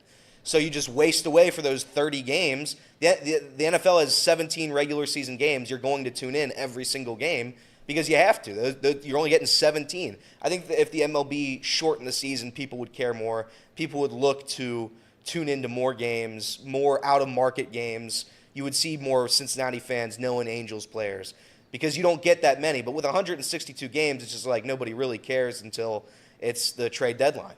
That's always been my biggest thing with the MLB. You know, the other thing, and someone said something like this and got themselves in trouble, and really for the life of me, I don't understand how they got themselves in trouble with this. Because if you want to market your biggest stars, frequently that comes in, let's say, television commercials, right? And this is why, and I've talked about this before, no one on the planet has a softer spot in their heart for the plight of the Latin American player. You could insert Asian player, but I think more so Latin player because of the poverty in the Latin American countries. I've seen it in the Dominican Republic. It is, we think there are people in poverty in the United States. It is a different galaxy from poverty in the Dominican Republic or in Cuba or in Venezuela, where so many of these players, the greatest stars in the game, many of them, are from South American, Latin American countries, right? And a lot of these kids, they go to these academies, and the teams that have the academies will put them through school, but they don't have school like we have school here. Now, they do in Japan. So that's why I say you take the Asian player out. South Korea, they definitely have school. Japan, yes. China, not many Chinese players, if any, come to think of it, in the United States. But if you're going to try to market, a lot of times that comes in the form of commercials, right? So that's why I have such a, and I've talked about this on this program, how Eugenio Suarez, I just had Sammy Sosa, I had so much incredible admiration for those guys. It took so much courage for them to step out there and try to really learn to speak the English language, right? This is their second. They're learning it as young adults when they're getting dropped off after playing in these academies in the Dominican Republic. They're getting dropped off in Billings, Montana. They don't know how to speak English. They don't know how to read English. All the stories we've heard through the years about being able to just do something as simple as walk into a restaurant and order something to eat because they don't speak the language. And so, you know, for baseball, I think a big thing that they should really be doing, and I really believe this, and I've thought this for a long time, when you get kids who are from Spanish-speaking countries or Korean-speaking or Japanese-speaking countries, one of your main things you should be doing with these kids is teaching them to speak English. Because the marketing opportunities for that kid, you have a chance to make them make a lot of money by going out and doing things. You also enhance the fan experience with your fan base. I mean, think about, like, it's why Votto. When you see Votto in the dugout down there, going on and on with Elly De La Cruz, he's down there speaking Spanish to Elly De La Cruz because Votto realized a number of years ago that baseball is loaded with these Spanish-speaking kids, and I need to be able to communicate with these kids if I'm going to be a good teammate to them, right? Yep. I thought it was a phenomenal idea. That's why Votto's the best. That's why I think more players should do it. Honestly, I think it shows what kind of a leader you are. It shows what kind of a human you are.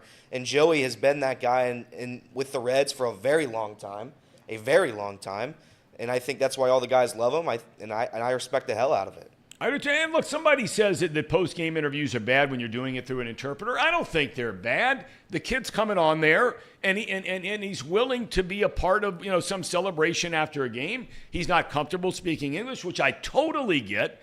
I mean, I had a long conversation about this with multiple Spanish-speaking players through the years, and got to be close with many of them. And they would. Johnny Cueto was one that comes to mind because Johnny Cueto could speak English quite well.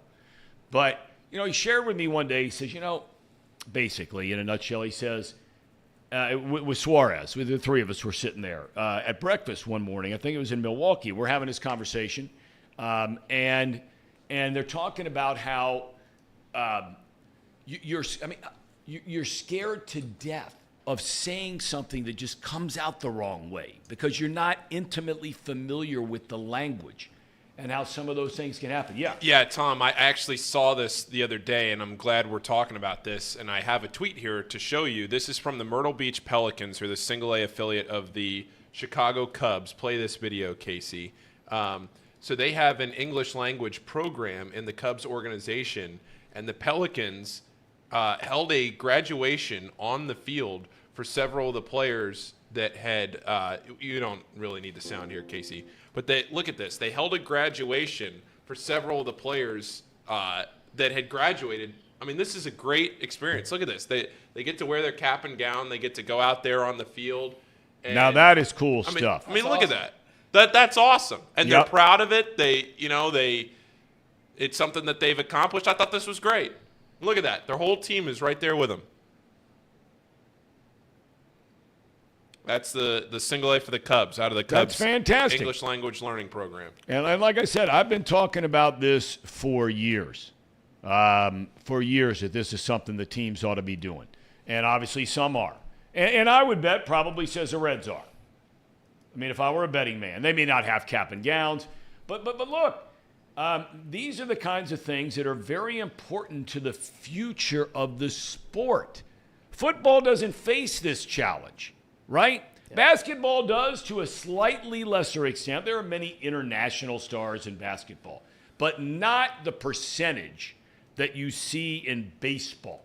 I mean, the Latin American player every single year on minor league rosters, major league rosters, that is continuing to build and build and build. And pretty soon, it's going to be where the majority of players that play in Major League Baseball are going to be from Spanish-speaking Latin American countries. The number right now is 28.5%. Yeah, growing all the time. So it's not there yet. It's got a ways to go, but it's on the rise. Former Red Alex Wallace points out in here, former Red Brian Pena. And now you talk about an unbelievable dude.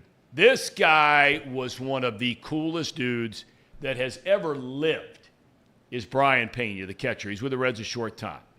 He said an Atlanta Braves coach told him, learn to speak English. Because if baseball doesn't work out, you can get a big-time job down in the Dominican Republic doing things with baseball where you can do both. Speak Spanish to the kids, speak English, work with kids, so on and so forth. It's a great idea. It's a great idea. And anybody somebody said that when I mentioned Richard from Indian Hill jumped in, and I was wondering who got in trouble for saying that. And he said it was Stephen A. Smith who got in trouble for saying that, who said it's difficult to have Shohei Ohtani market Major League Baseball because he doesn't speak English. And then apparently a bunch of people went crazy and had to apologize for it.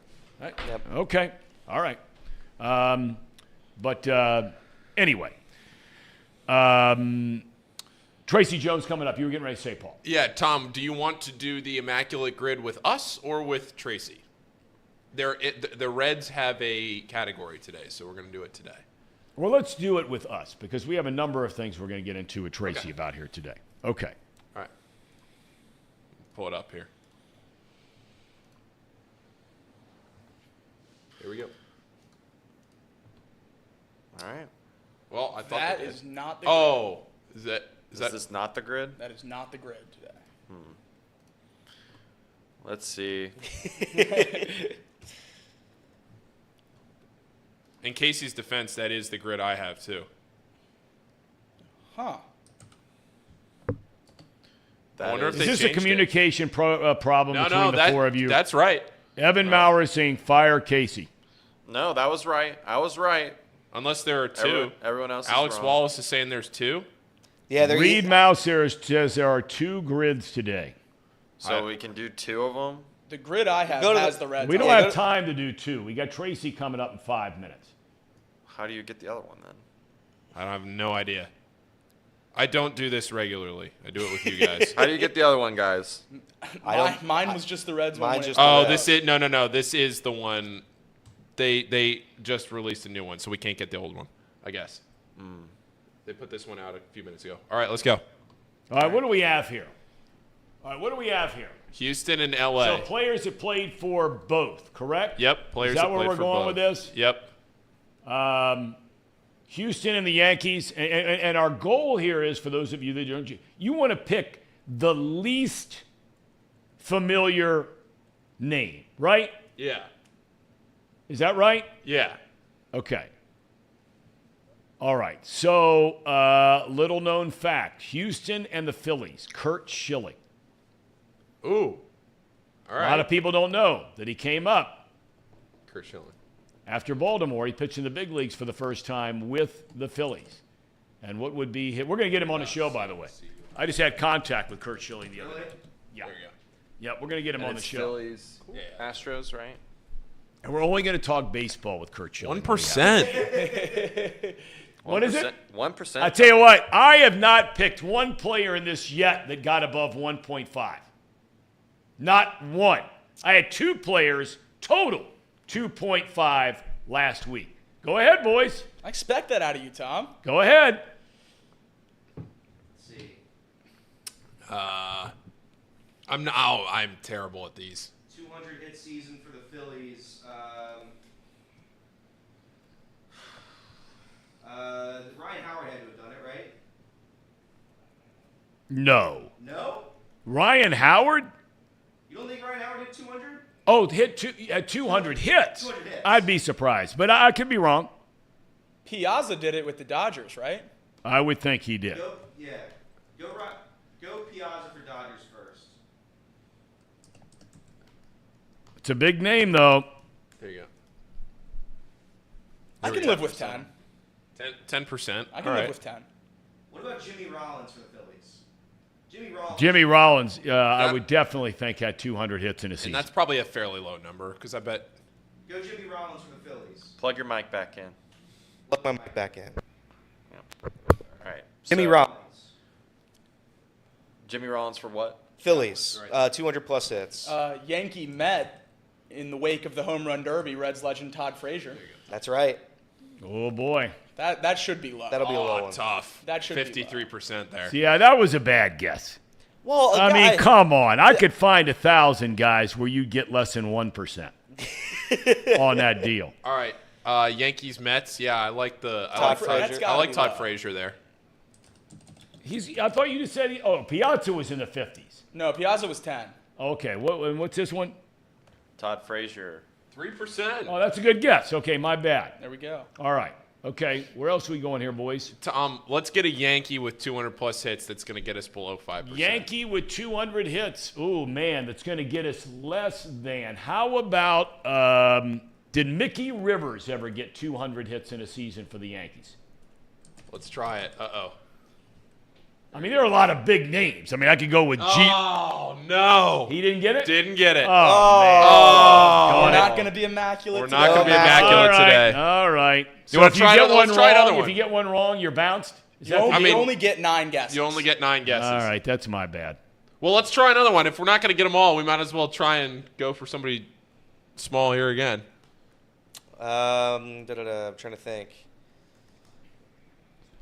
Well, are we just going for points? Oh, Phillies, Mets. Somebody, Joey Horn in the chat, Lenny Dykstra. Hey, for the Mets? Wait a minute, what's he saying? He said Phillies, Mets, Lenny Dykstra. Philly, yes, that would be. Alex Wallace is banging the table for Jose Peraza. Mets, Dodgers. Ooh. All right, go there. Trying to think of a former Mets, Red. Dodgers. Peraza.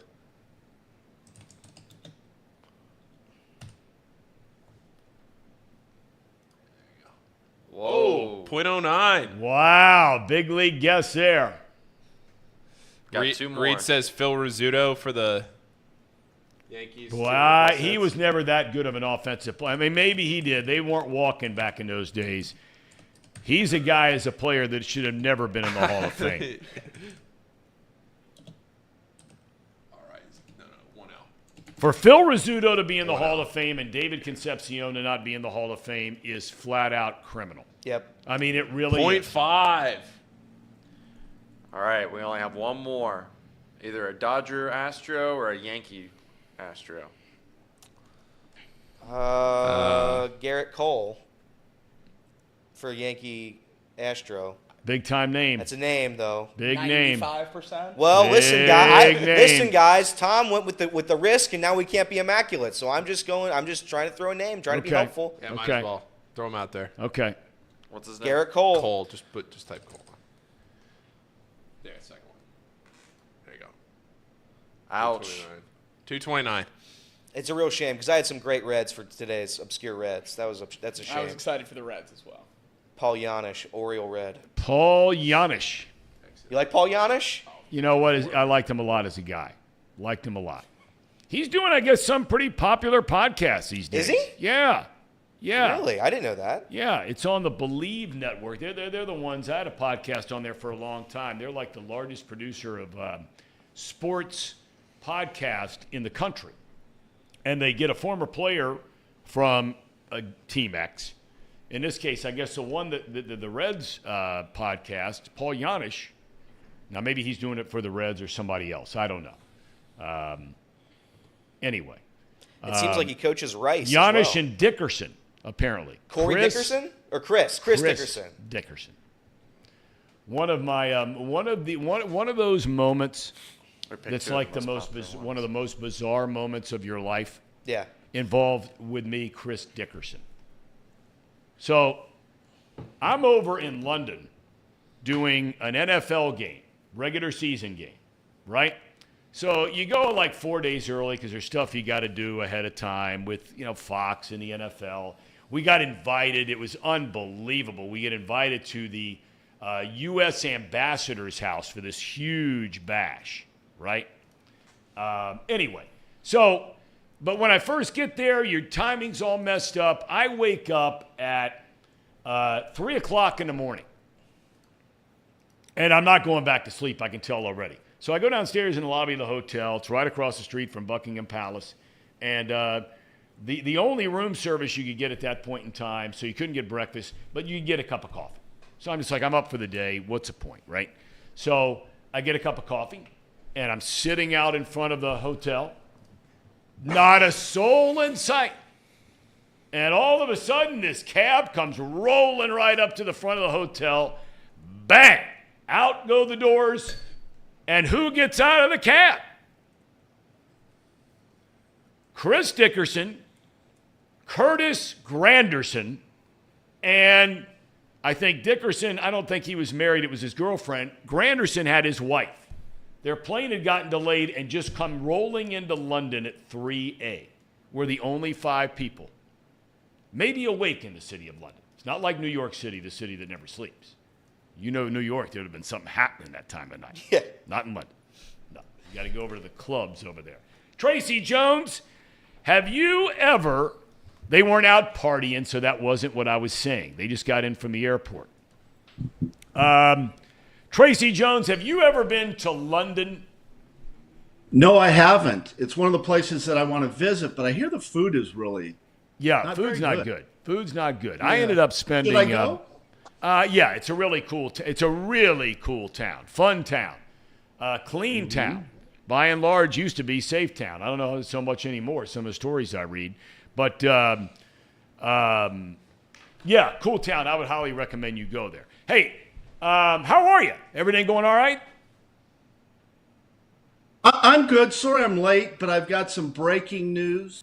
By the way, real quick, from the looks of it, correct me if I'm wrong, unless you've changed, done some work in the inside of your palatial estate there in Bellevue, it looks to me like you are still at the guest estate out there in Southern California. Am I right or wrong on that? It's my sister-in-law's very, very nice place. It's called an ADU, and it's kind of like like a mother-in-law quarters. So it's very, very nice. What is ADU an acronym for? Is that just some California thing? Because I've never heard of an ADU in Ohio or Northern Kentucky. This is actually my first time, too. Alternative Dwelling. I don't know what the U stands for, but it's some fancy term. But I'm here. Yeah. The money just drips off my wife's family. It's really quite incredible.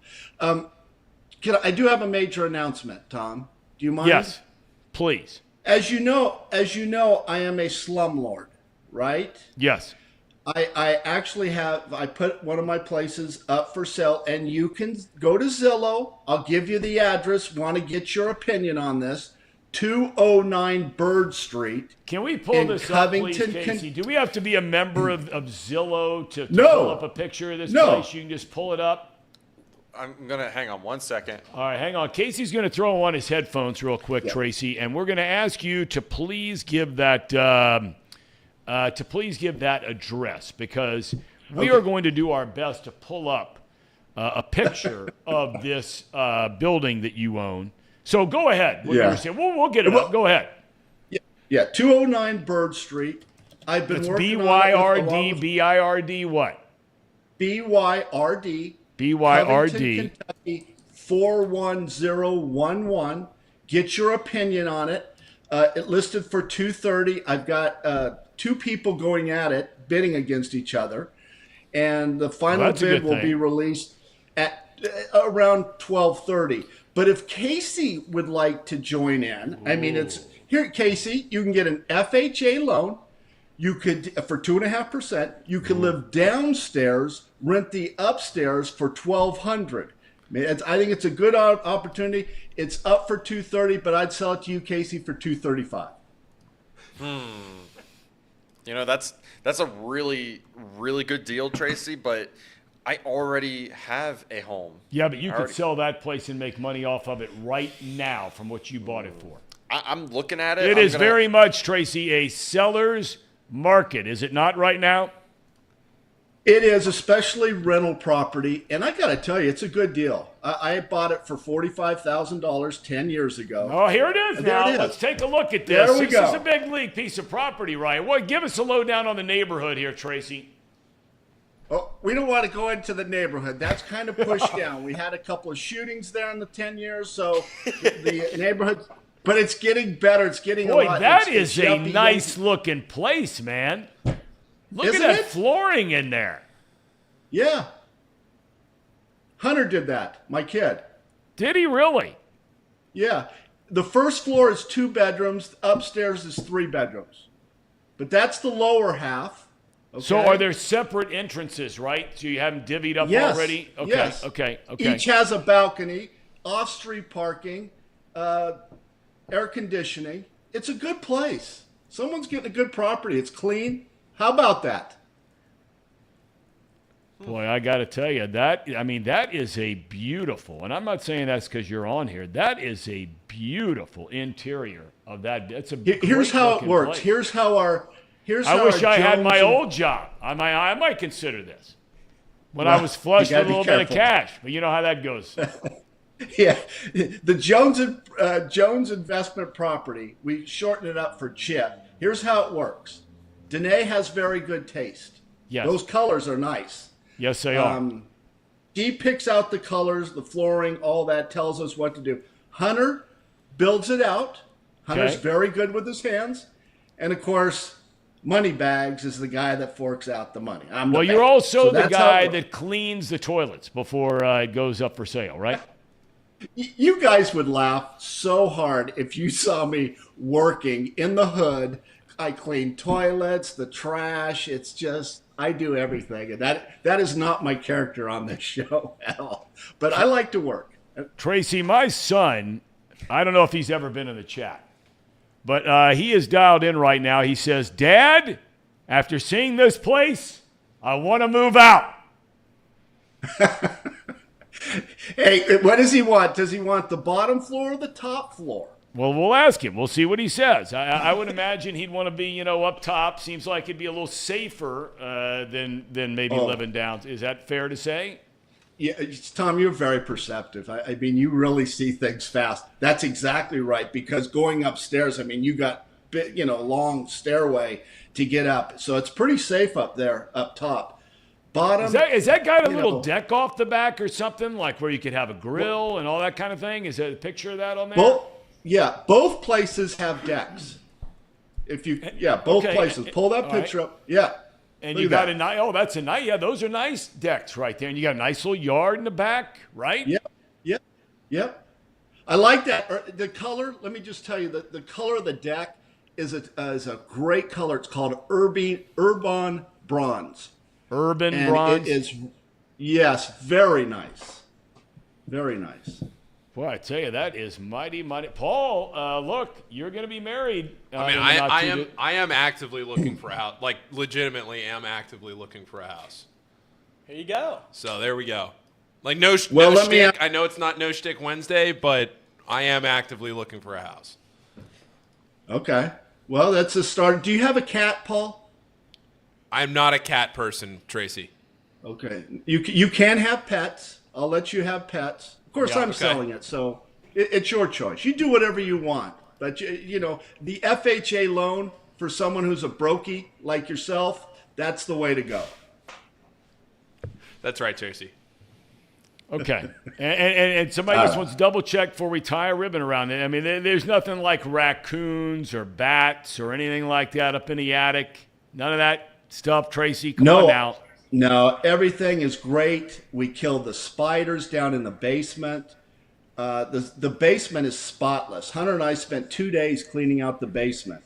And it's high basements, like 7 feet high basements.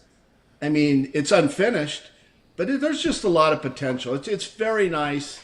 I hate to give it up, but I think I've reached a point in my life where I don't need to go in some of these neighborhoods. You know, it's a little shaky, but a good place. That is really, really nice. Well, good luck with that. Thank you. Okay, Thank I want to shift gears now to the All Star Game. No. You know what? I want to back up for a minute because we were talking at length before you jumped on here today about how, look, one of the great challenges with Major League Baseball has been how to market the game, how to market the players in the game better, right? We were Right. bringing up the point that if Aaron Rodgers or Patrick Mahomes or somebody like that, not a Bengal, but an out-of-town player, Tom Brady for sure, if they were to walk down the street in Over the Rhine or Bellevue, everybody and his brother would know who the guy is, right? Baseball goes to Mike Trout a couple of years ago, and they approach him that you know, we want you to be the face and the marketing guy for our sport. And he's just like, you know what, thanks, but no thanks. It's just not me. It's not who I am. I appreciate it, blah, blah, blah. And he doesn't need the money that would come along with it to be that guy. If you were going to market players in Major League Baseball, Shohei, without a doubt, is the biggest name in the sport right now, but I'm still convinced without a we're doubt. talking about this. I'm still not convinced now that if you didn't put a baseball cap on the guy, if you just threw a pair of shorts and a T-shirt on Shohei and he walked down over the Rhine, I don't know how many people would know who he is. You're a smart guy. You weren't just a baseball player. You've been a financial guy. You are a financial guy, a real estate guy. You got all these different things going on, right? What would you do to be marketing baseball players better these days? You know, that topic is probably over my head. I don't know what I would do, Tom. Okay. But here, let me throw this at you. Baseball players are a different breed. We really are. First of all, we're very special. We're a special breed. I mean, you have a better chance of hitting the lottery than playing Major League Baseball. You people have no idea. If your kid right now, and I'm talking to the parents out there, think that their kid is going to play Major League Baseball, they have a better chance of being an astronaut. So let's just rule that out. I think that's a little drastic, the astronaut analogy, but please continue on. Okay, I misspoke. Brain surgeon. Here's the thing, Tom. Baseball players are kind of low-key. You know that. I mean, Yeah, their shirt and T-shirt, jeans, tennis shoes, and go out. They're not flashy. They're very low-key. I mean, I can't even tell you a ball player that I played with that had that flash and that presence outside of the ballpark. I would say maybe Griffey, Pete Rose, but Davey Concepcion didn't have that. Right. Tony Perez didn't have that. I don't even think Barry Larkin has that. So I think basketball and football players, I mean, when you see Tom Brady, I mean, I bet you there's just a lot of energy. And I just don't know if baseball players have that same It doesn't sound good as far as charisma. They're just low-key. They don't like to be out in front. And Trout was a perfect example. You know, you bring up Tom Brady. Look, I don't know what's true or not true, but, I mean, this Kim Kardashian thing, I mean, Man, Moses, wow. I'm gonna try to follow this, Tom. I'm in Los Angeles. Talking about, you know that girl, Kim Kardashian? Now, that's a girl with a clean hiney, as we used to say in baseball terms. Write that one down, Tom. No, I don't think I will, but please go ahead. You know who's in I town? hope we've moved on from that. Yeah. So, yeah, I'm going to see if I can dig up some information on Kim Kardashian and Tom Brady. I'll tell you who else is in town, and I think he left, but he was in town yesterday, is Donald Trump. I am right by the airport. I saw his plane. It was rather cool. I mean, it's right off La Cienega. So you could see Trump's plane as I was driving. And actually, my wife took a picture. I should send it to you guys maybe on Thursday. Very cool. So there's a lot happening in Los Angeles. There is always something happening in Los Angeles. Up in Seattle, it is the All Star Game. And I can't remember which local writer. I think it was Gordon Whitmire, who just started here not too long ago. Was in Chicago for a long time, and he made a comment writing in the paper today, something along the lines. This is something I said the other day. Tracy, look, I love the spirit and the camaraderie. It's infectious. This young Reds team and all this kind of stuff. But when I read a couple of the comments from like Indy and a couple of guys, we don't care about being on the All-Star team, blah, blah, blah, blah. Spencer Steer came out and said, I care about being on the All-Star team. I wish I was on it. I'm not. It's fine. I'll take the time off. Being on an All-Star team is a big deal, Tracy, right? Come on. Well, Tom, you're talking to the wrong guy, because the last All-Star game I was on part of was my Little League All-Star team at 12 years old. So, but I know what the players are thinking because they'd like to have those days off. And so I understand that. You know, Tom, I used to really enjoy the All-Star game. Come on. I mean, come on. You work your tail off since the time you're in T-ball. Every kid plays wiffle ball in the backyard with your buddies, and you hit the home run in the bottom of the ninth inning of the World Series, whatever it might be. Days like today and tomorrow, there'll be kids all over the United States that are this guy in an All-Star game or that guy in an All-Star game. Being an All-Star is a big deal, man. Come on. Okay, let me throw out another person, the Home Run Derby. De La Cruz didn't want to do that. Well, I look at the Home Run Derby as a total different deal. Totally different deal than being on the All-Star team. You'll be able to say for the rest of your life that you made Major League Baseball's All-Star game. Of the tens of hundreds of thousands of players that have even gotten one day in the big leagues. Every one of them wants to go to an All-Star game. I bet you hitting in the home run contest, you get more PR. You talk about marketing yourself. Yeah, well, you're right about that. It's just you. That's a big deal. You know, remember when Todd Frazier won? That was the greatest thing I've ever seen in an All-Star game, period. Yep. You know, won the home run hitting contest. And what was really neat about that was his brother was the batting practice pitcher. That's right. He was the pitcher. Right. Which, you know, that was a great combination. I think Bryce Harper might have won it one year, and his dad was the pitcher. So I like the home run hitting contest. I'm a little surprised because De La Cruz is a flashy guy. He ain't afraid. And I'm not saying he was afraid. He wants to, but he probably would win that. He's such a talented player. I haven't seen a guy that talented in a long time. Tom, I watched him make a play against the Nationals. Did you see that play from the outfield grass at third base? Yep. My God, that guy has a gun. Yep. I mean, he could do. He's got everything. He's got everything. He's got everything. Right. He's got everything. Stealing second, stealing third, stealing home. How did he accomplish that? I mean, he's just a fabulous player, very entertaining. Just getting back to the All-Star game. You know what I don't like about the All-Star game? What? Is the fact that they all have to wear the same jerseys, National League and American League. Wasn't it cool when everybody wore their team uniform? You know what? Right? That's a great Cincinnati point. Reds, I forgot an about example. That was cool. right? Because they would Yep. introduce the players. You'd have 5 Reds players, right? Yep. 4 Dodger players. I mean, I used to get excited as a kid. I know this is going to sound corny, but when I was a little kid, 9 or 10 years old, my favorite player was Jim Fregosi. You know Fregosi, the shortstop. I love Jim Fregosi. What a great dude. God rest his soul. Super. What a guy. That's a man's man there. That is a man's man. It's a man's man, and my mom had the hots for Jim Fregosi. Well, a lot of women, I think, had the hots for Jim Fregosi. But go ahead.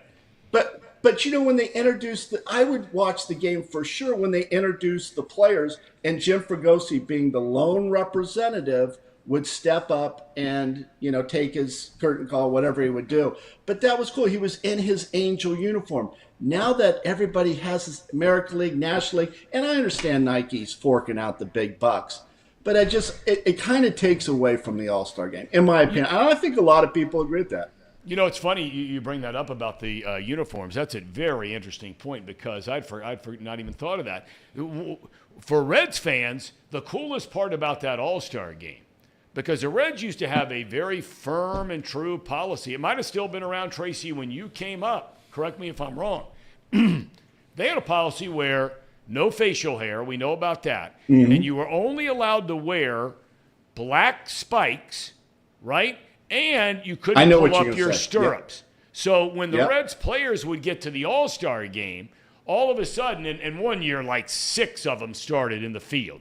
You had Rose and Bench and Morgan and Foster and Concepcion and all these guys running around. And they all wore red spikes, and they pulled their socks up. And as a kid, you thought it was like the coolest thing in the world because you'd never seen them look like that before. Well, I can remember the game, and I didn't know all of them did it. I remember when Davy Concepcion did it. He wore red spikes, which looked pretty cool. I think they did. It was in Montreal. Was it in Montreal? And he actually hit a home run? Maybe I kind of remember that. You might be right. Yeah, it was a big deal. But Davy and those red spikes, see, stuff like that. You say, wow, how neat is that? I mean, they can't even wear their team hat. It just kind of takes away from the All-Star game. Just little things like that. Let's see here real quick. I'm just curious. See how your memory is. I think it was a line shot down the left field line, if I remember right. It barely got – and I'm just throwing this out. I have a kind of a photographic memory, but I could be wrong on this. Am I wrong? It was 1982. Left let's field see. line. Where is it? Come on, help me here. I'm trying to just type this in really fast. I can't find it. I probably spoke out of turn. I think you're right. 1982 All-Star Game. Where was that thing? Right down left field line in Montreal. If I get this, Tom, I get some kind of bonus or a pat on the back. You are spot on, my man. Boy, you are a big league operator. That is a big-time call right there. National League really won it 4-1. David Concepcion was in the starting lineup, along with fellow Reds. Well, Pete had moved on by then. That's when the game was loaded up with Phillies by that point in time. Yeah. Tom, can I ask? Boy, that's big time. This is why you have me on the show, right? There's no doubt. I mean, I am the baseball, not your dad. I mean, a lot of people will say Marty has a lot of experience in baseball and stuff. But do you think your dad could have come up with something like that fast? No. Well, you know what? You know what? I work with your dad. He probably could. That guy's so sharp. That was a 2-run home run by David Concepcion. One of his 9 All-Star games. He was probably one of my favorite players that I ever played with. Yeah. He treated me so well. I mean, because we platooned together. So I would ask Davey questions, and he was really a team leader. You talk about a captain, that's Davey Concepcion. No doubt about it. He wore that C. I'm a huge Davey Concepcion fan. You and me both. When I was a kid growing up, and I knew all those guys from being around, Pete and Johnny and Joe and all of them, and all of them treated me great as a little kid. But nobody was David. The two guys that were just like, it was almost like I was not a friend because I was so significantly younger, but treated me almost like an equal kind of guy, were Concepcion and George Foster.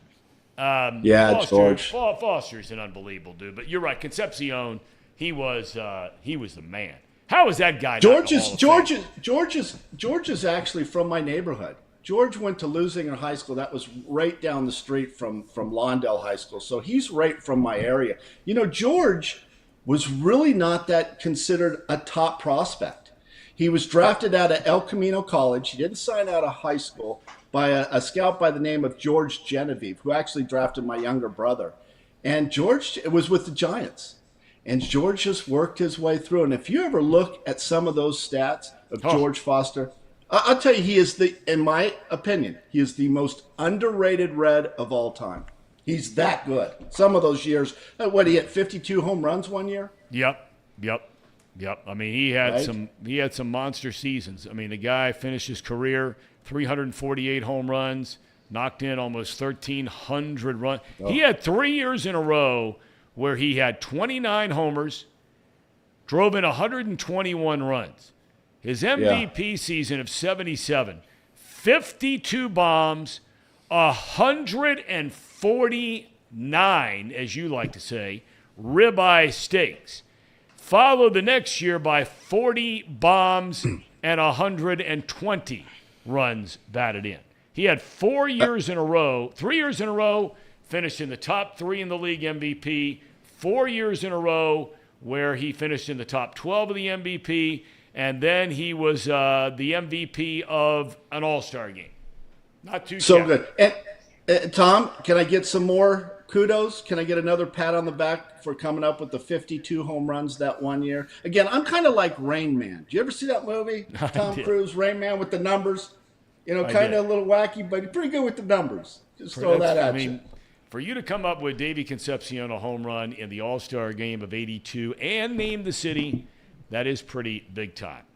Last thing I want to ask you about, Tracy, because look, you've got to go seemingly to the end of the earth to get out of Southern California to find all of that beautiful farmland they have in that state. And that is the majority of the land in the state of California, farmland, right?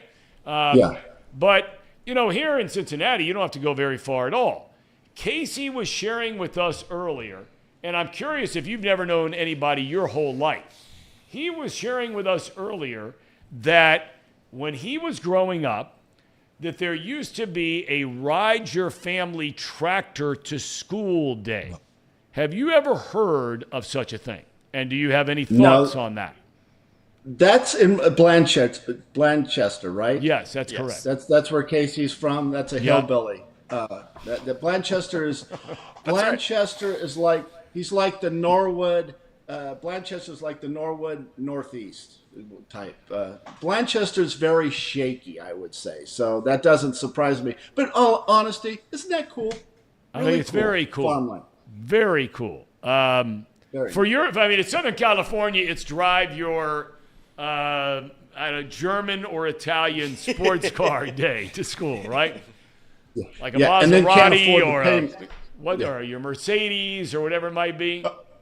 Yeah, or a Bugatti or a Porsche that costs $268,000. Yeah, you know where I'm going tomorrow? I'm going to Bozeman, Montana for a wedding. Love. Isn't that Montana. a nice place? You know, it's funny you bring up that. That is the only. I've been to Bozeman, in and out. Flew in there and then drove up into the mountains up there. Yes. But Bozeman's cool. That's where Montana State University is. So you're going out there for what? The weekend? Few days? No. My niece is getting married. You know what is probably? You know, I got to tell you, and I hope they're not watching this. They're making us wear a jacket for the wedding. Do you think that's appropriate? Absolutely, I think it's appropriate. It's their wedding day. They want everybody there looking good. They're going to be a lot of. Do they live up there? No. It's a destination type wedding. But I think if I spend the money, I can dress the way I want to dress. I'll still look nice. I'll take off my hat. I'll put on a different shirt. But to wear a sports coat, Tom, you could look good. You look good in anything, right? There's you're like no a doubt model. about that. I wish I heard that from my bride every now and again. But yeah, you're probably accurate. But what do the ham and eggers? Do the ham and eggers have an opinion on that? I The mean, should I be question is, forced? do the ham and eggers have a sport coat? Touche, Tom. Yes or no, Casey? Sport coat at a wedding in Montana? Yay or nay? Well, I don't have a coat, period. I still need to buy one. So I would say, just for fashion sense, no. Okay. Paul? I absolutely would, yeah. Yes, absolutely. I knew that was coming. I knew Yeah. that was coming. Elliot? You said the wedding's in Montana? Yes. Doesn't matter where it is. Well, it's if a wedding. well, no, He if it's in, has to wear a well, no, sport if it's coat. in Montana, I'd wear something. I'd wear something rustic. Maybe a couple. Maybe like a bush. Maybe like some kind of bush, some green camouflage type thing. I'd wear around me. What do you think? It's military out there? Yeah, I What the don't hell know are you what's talking going on. about? I don't It's know what's cattle going on in country. Montana. I'd wear like a green bush, and then I'd have a gun with me at the wedding. That's Montana. Green bush. Oh my God, That was a So Jacob! you really just want to start a war. Jacob, Yeah, well, that's what they do. That's what they do at that one show in Montana. Yellowstone? Yellowstone, yeah. I would certainly wear a jacket to a wedding. I feel like that's all right. So there you go, Tracy. So All right. have a I'll wear great it. time. You're gonna love it out there. It's a beautiful place. And safe travels, my man. We'll look forward to catching up with you. Are you going to be there Thursday when you join us? Yes. All right, listen, you got to Yeah, Tom. you got to get some of the, kind of like you did on the beach that one day. You got to get some of the scenery for us and send it Okay. to us because it's a I beautiful will. place. That I can't believe I'm drawing a blank. I stayed at a ranch like an hour outside of Bozeman. Man. It's When nice. I saw it's huge. I'm excited. I got up one morning about to go work out early. The only thing the town had, they just put their first traffic light in like 3 days before I got there because they had a tiny little hospital for the ski resort. I was there in the summer, and this lady owned this like little workout gym, but all they had were those rowing machines, right? So I had asked her. I said, "Hey, look, I'm going to be here like a week. Can I come in the morning, pay you $30-$40 for the week?" And work out here? She's like, absolutely. So I get up at like 5:30. I'm coming down this highway, down the hill, down the mountain, and all of a sudden I catch something out of the corner of my eye. There's nobody on the road. I look to my right, and I can see this bear that is running full speed down the side of this mountain and coming right towards the highway where I'm driving. And this thing just goes, whoa, straight across the highway and runs off, and I'm thinking to myself, you got to be kidding me. How cool is that? Not nearly as cool as here in Hamilton, a guy pushing a lawnmower with the engine running over a crosswalk. Doesn't surprise me. All right. Doesn't Tracer, have a surprise. great day. Safe travels. All right. I'll talk to you guys on Thursday. Have a good day. All See you, right, Tracy. be well, Tracy. Luke's all over this chat today, by the way. I love it. Is he all over your case or what? Yeah, well, I offered him again. He put in a pick, Tom. He put in. He said Gallen's going to deal. He said Zach Gallen's going to deal. I'd like to fade him. I'm going to fade him. So is there? Or did you challenge him to a bet here tonight? I challenged him to a bet off. And he Plug your refused. mic in. And he's Why is back. my mic off, Casey? I don't know. You keep messing with it. Because you killed the cow. Blue He Collar messed with Brenny that. has a challenge for you. So you're saying you have a challenge for Blue Collar Brenny. Yeah, that's right. So I'm going to challenge him. If whoever wins the bet tonight, I don't know what. No, he just Well, I said, guess you're Elliot, pouring water. what is the challenge? He just said that. What is the challenge? Okay, all right. So if I'm going to fade Brenny's pick. There's something wrong with your mic because it keeps unplugging. Well, what can I do about that, Casey? I'm just a man. I'm just a boy. Can everybody hear me though? But just hold it in so we Hold can it in. hear this point Yeah, before hold it we in, call baby. it quits today. What about now? Is that There better? it is. Perfect. Okay. There it is. So go ahead. Okay. So if I'm gonna fade Luke's pick tonight, if I get it wrong, I will dump water on my head. But with that bucket. time out. What is exactly the Zach bet? Gallen. He says Zach Gallen does not give up a run. So I'm gonna fade that pick. I'm gonna say he does give up a run. Okay. All right. All right. If that's the case, if he's right, I'll dump water on my head. If he's wrong, he dumps water on his head. That's my challenge to Luke. Elliot loves getting wet. Brenny, you got 20 What a seconds. great camera angle this is. You got 20 seconds, Brenny, to yay or nay. Yay or nay, Brenny. And the Zebras laid it out there for you, where if Gallen doesn't give up a run, Luke says easy, no problem. All right, he better pay up. He better pay up. Now, are we going to dump? Because, see, we're bringing him in next week for the for his big sit-down graduation from high school, moving on to college interview, which I did with my daughter, and I've talked about this. It's the most listened to podcast I've ever done, is the one I did with our daughter when she graduated, Ella, from high school before she went down to TCU. So Luke is next week. So he would have to have water dumped on his head if Gallen gives up a run? Yep. Okay. Yep. All right. That's on. We're on. There we go. We started the show with Degenerate Elliot. We end the show with Degenerate Elliot and Degenerate Luke Brenneman. Okay. Do we have a cherry on top? We do. All right. Please continue. What is this? This is a very famous clip, but this is the this is great, just in case anybody hasn't seen it. What is this? You'll see it. All right. You'll see it. It's a very famous clip, but just in case anybody that's watching hasn't seen it yet.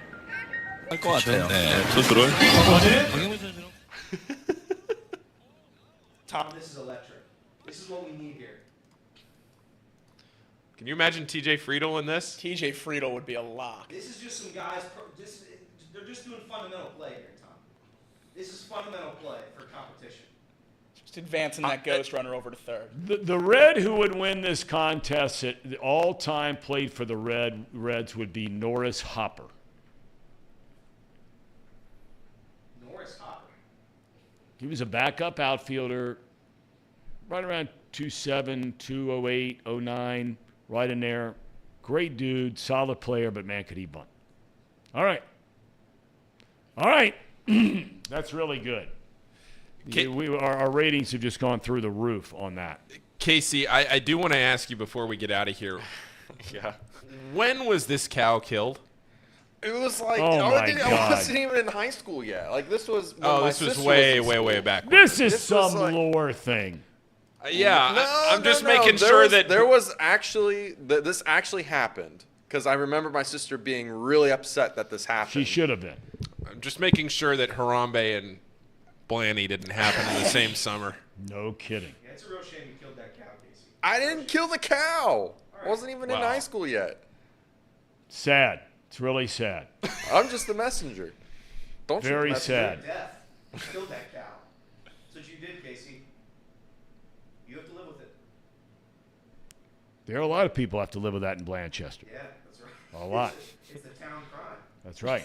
And how about the dude who was counting on that cow and all the money from the cow and, I mean, forget him so we can have a bunch of laughs here at the high school.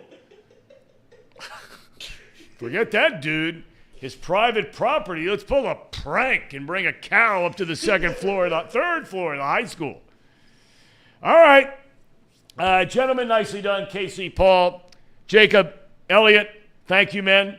Tomorrow, Marty Brenneman will be back on the program. We also have Bronson Arroyo. We have Dennis Jansen tomorrow, legendary sports anchor from Channel 12 and Channel 9. He'll be with us for an extended interview. Thursday, Danny Graves will be on the program. He's going into the Reds Hall of Fame. Tracy will be back from Montana. And then on Friday, Bronson Arroyo will be joining the program. He is going into the Reds Hall of Fame this weekend. So we got it all covered.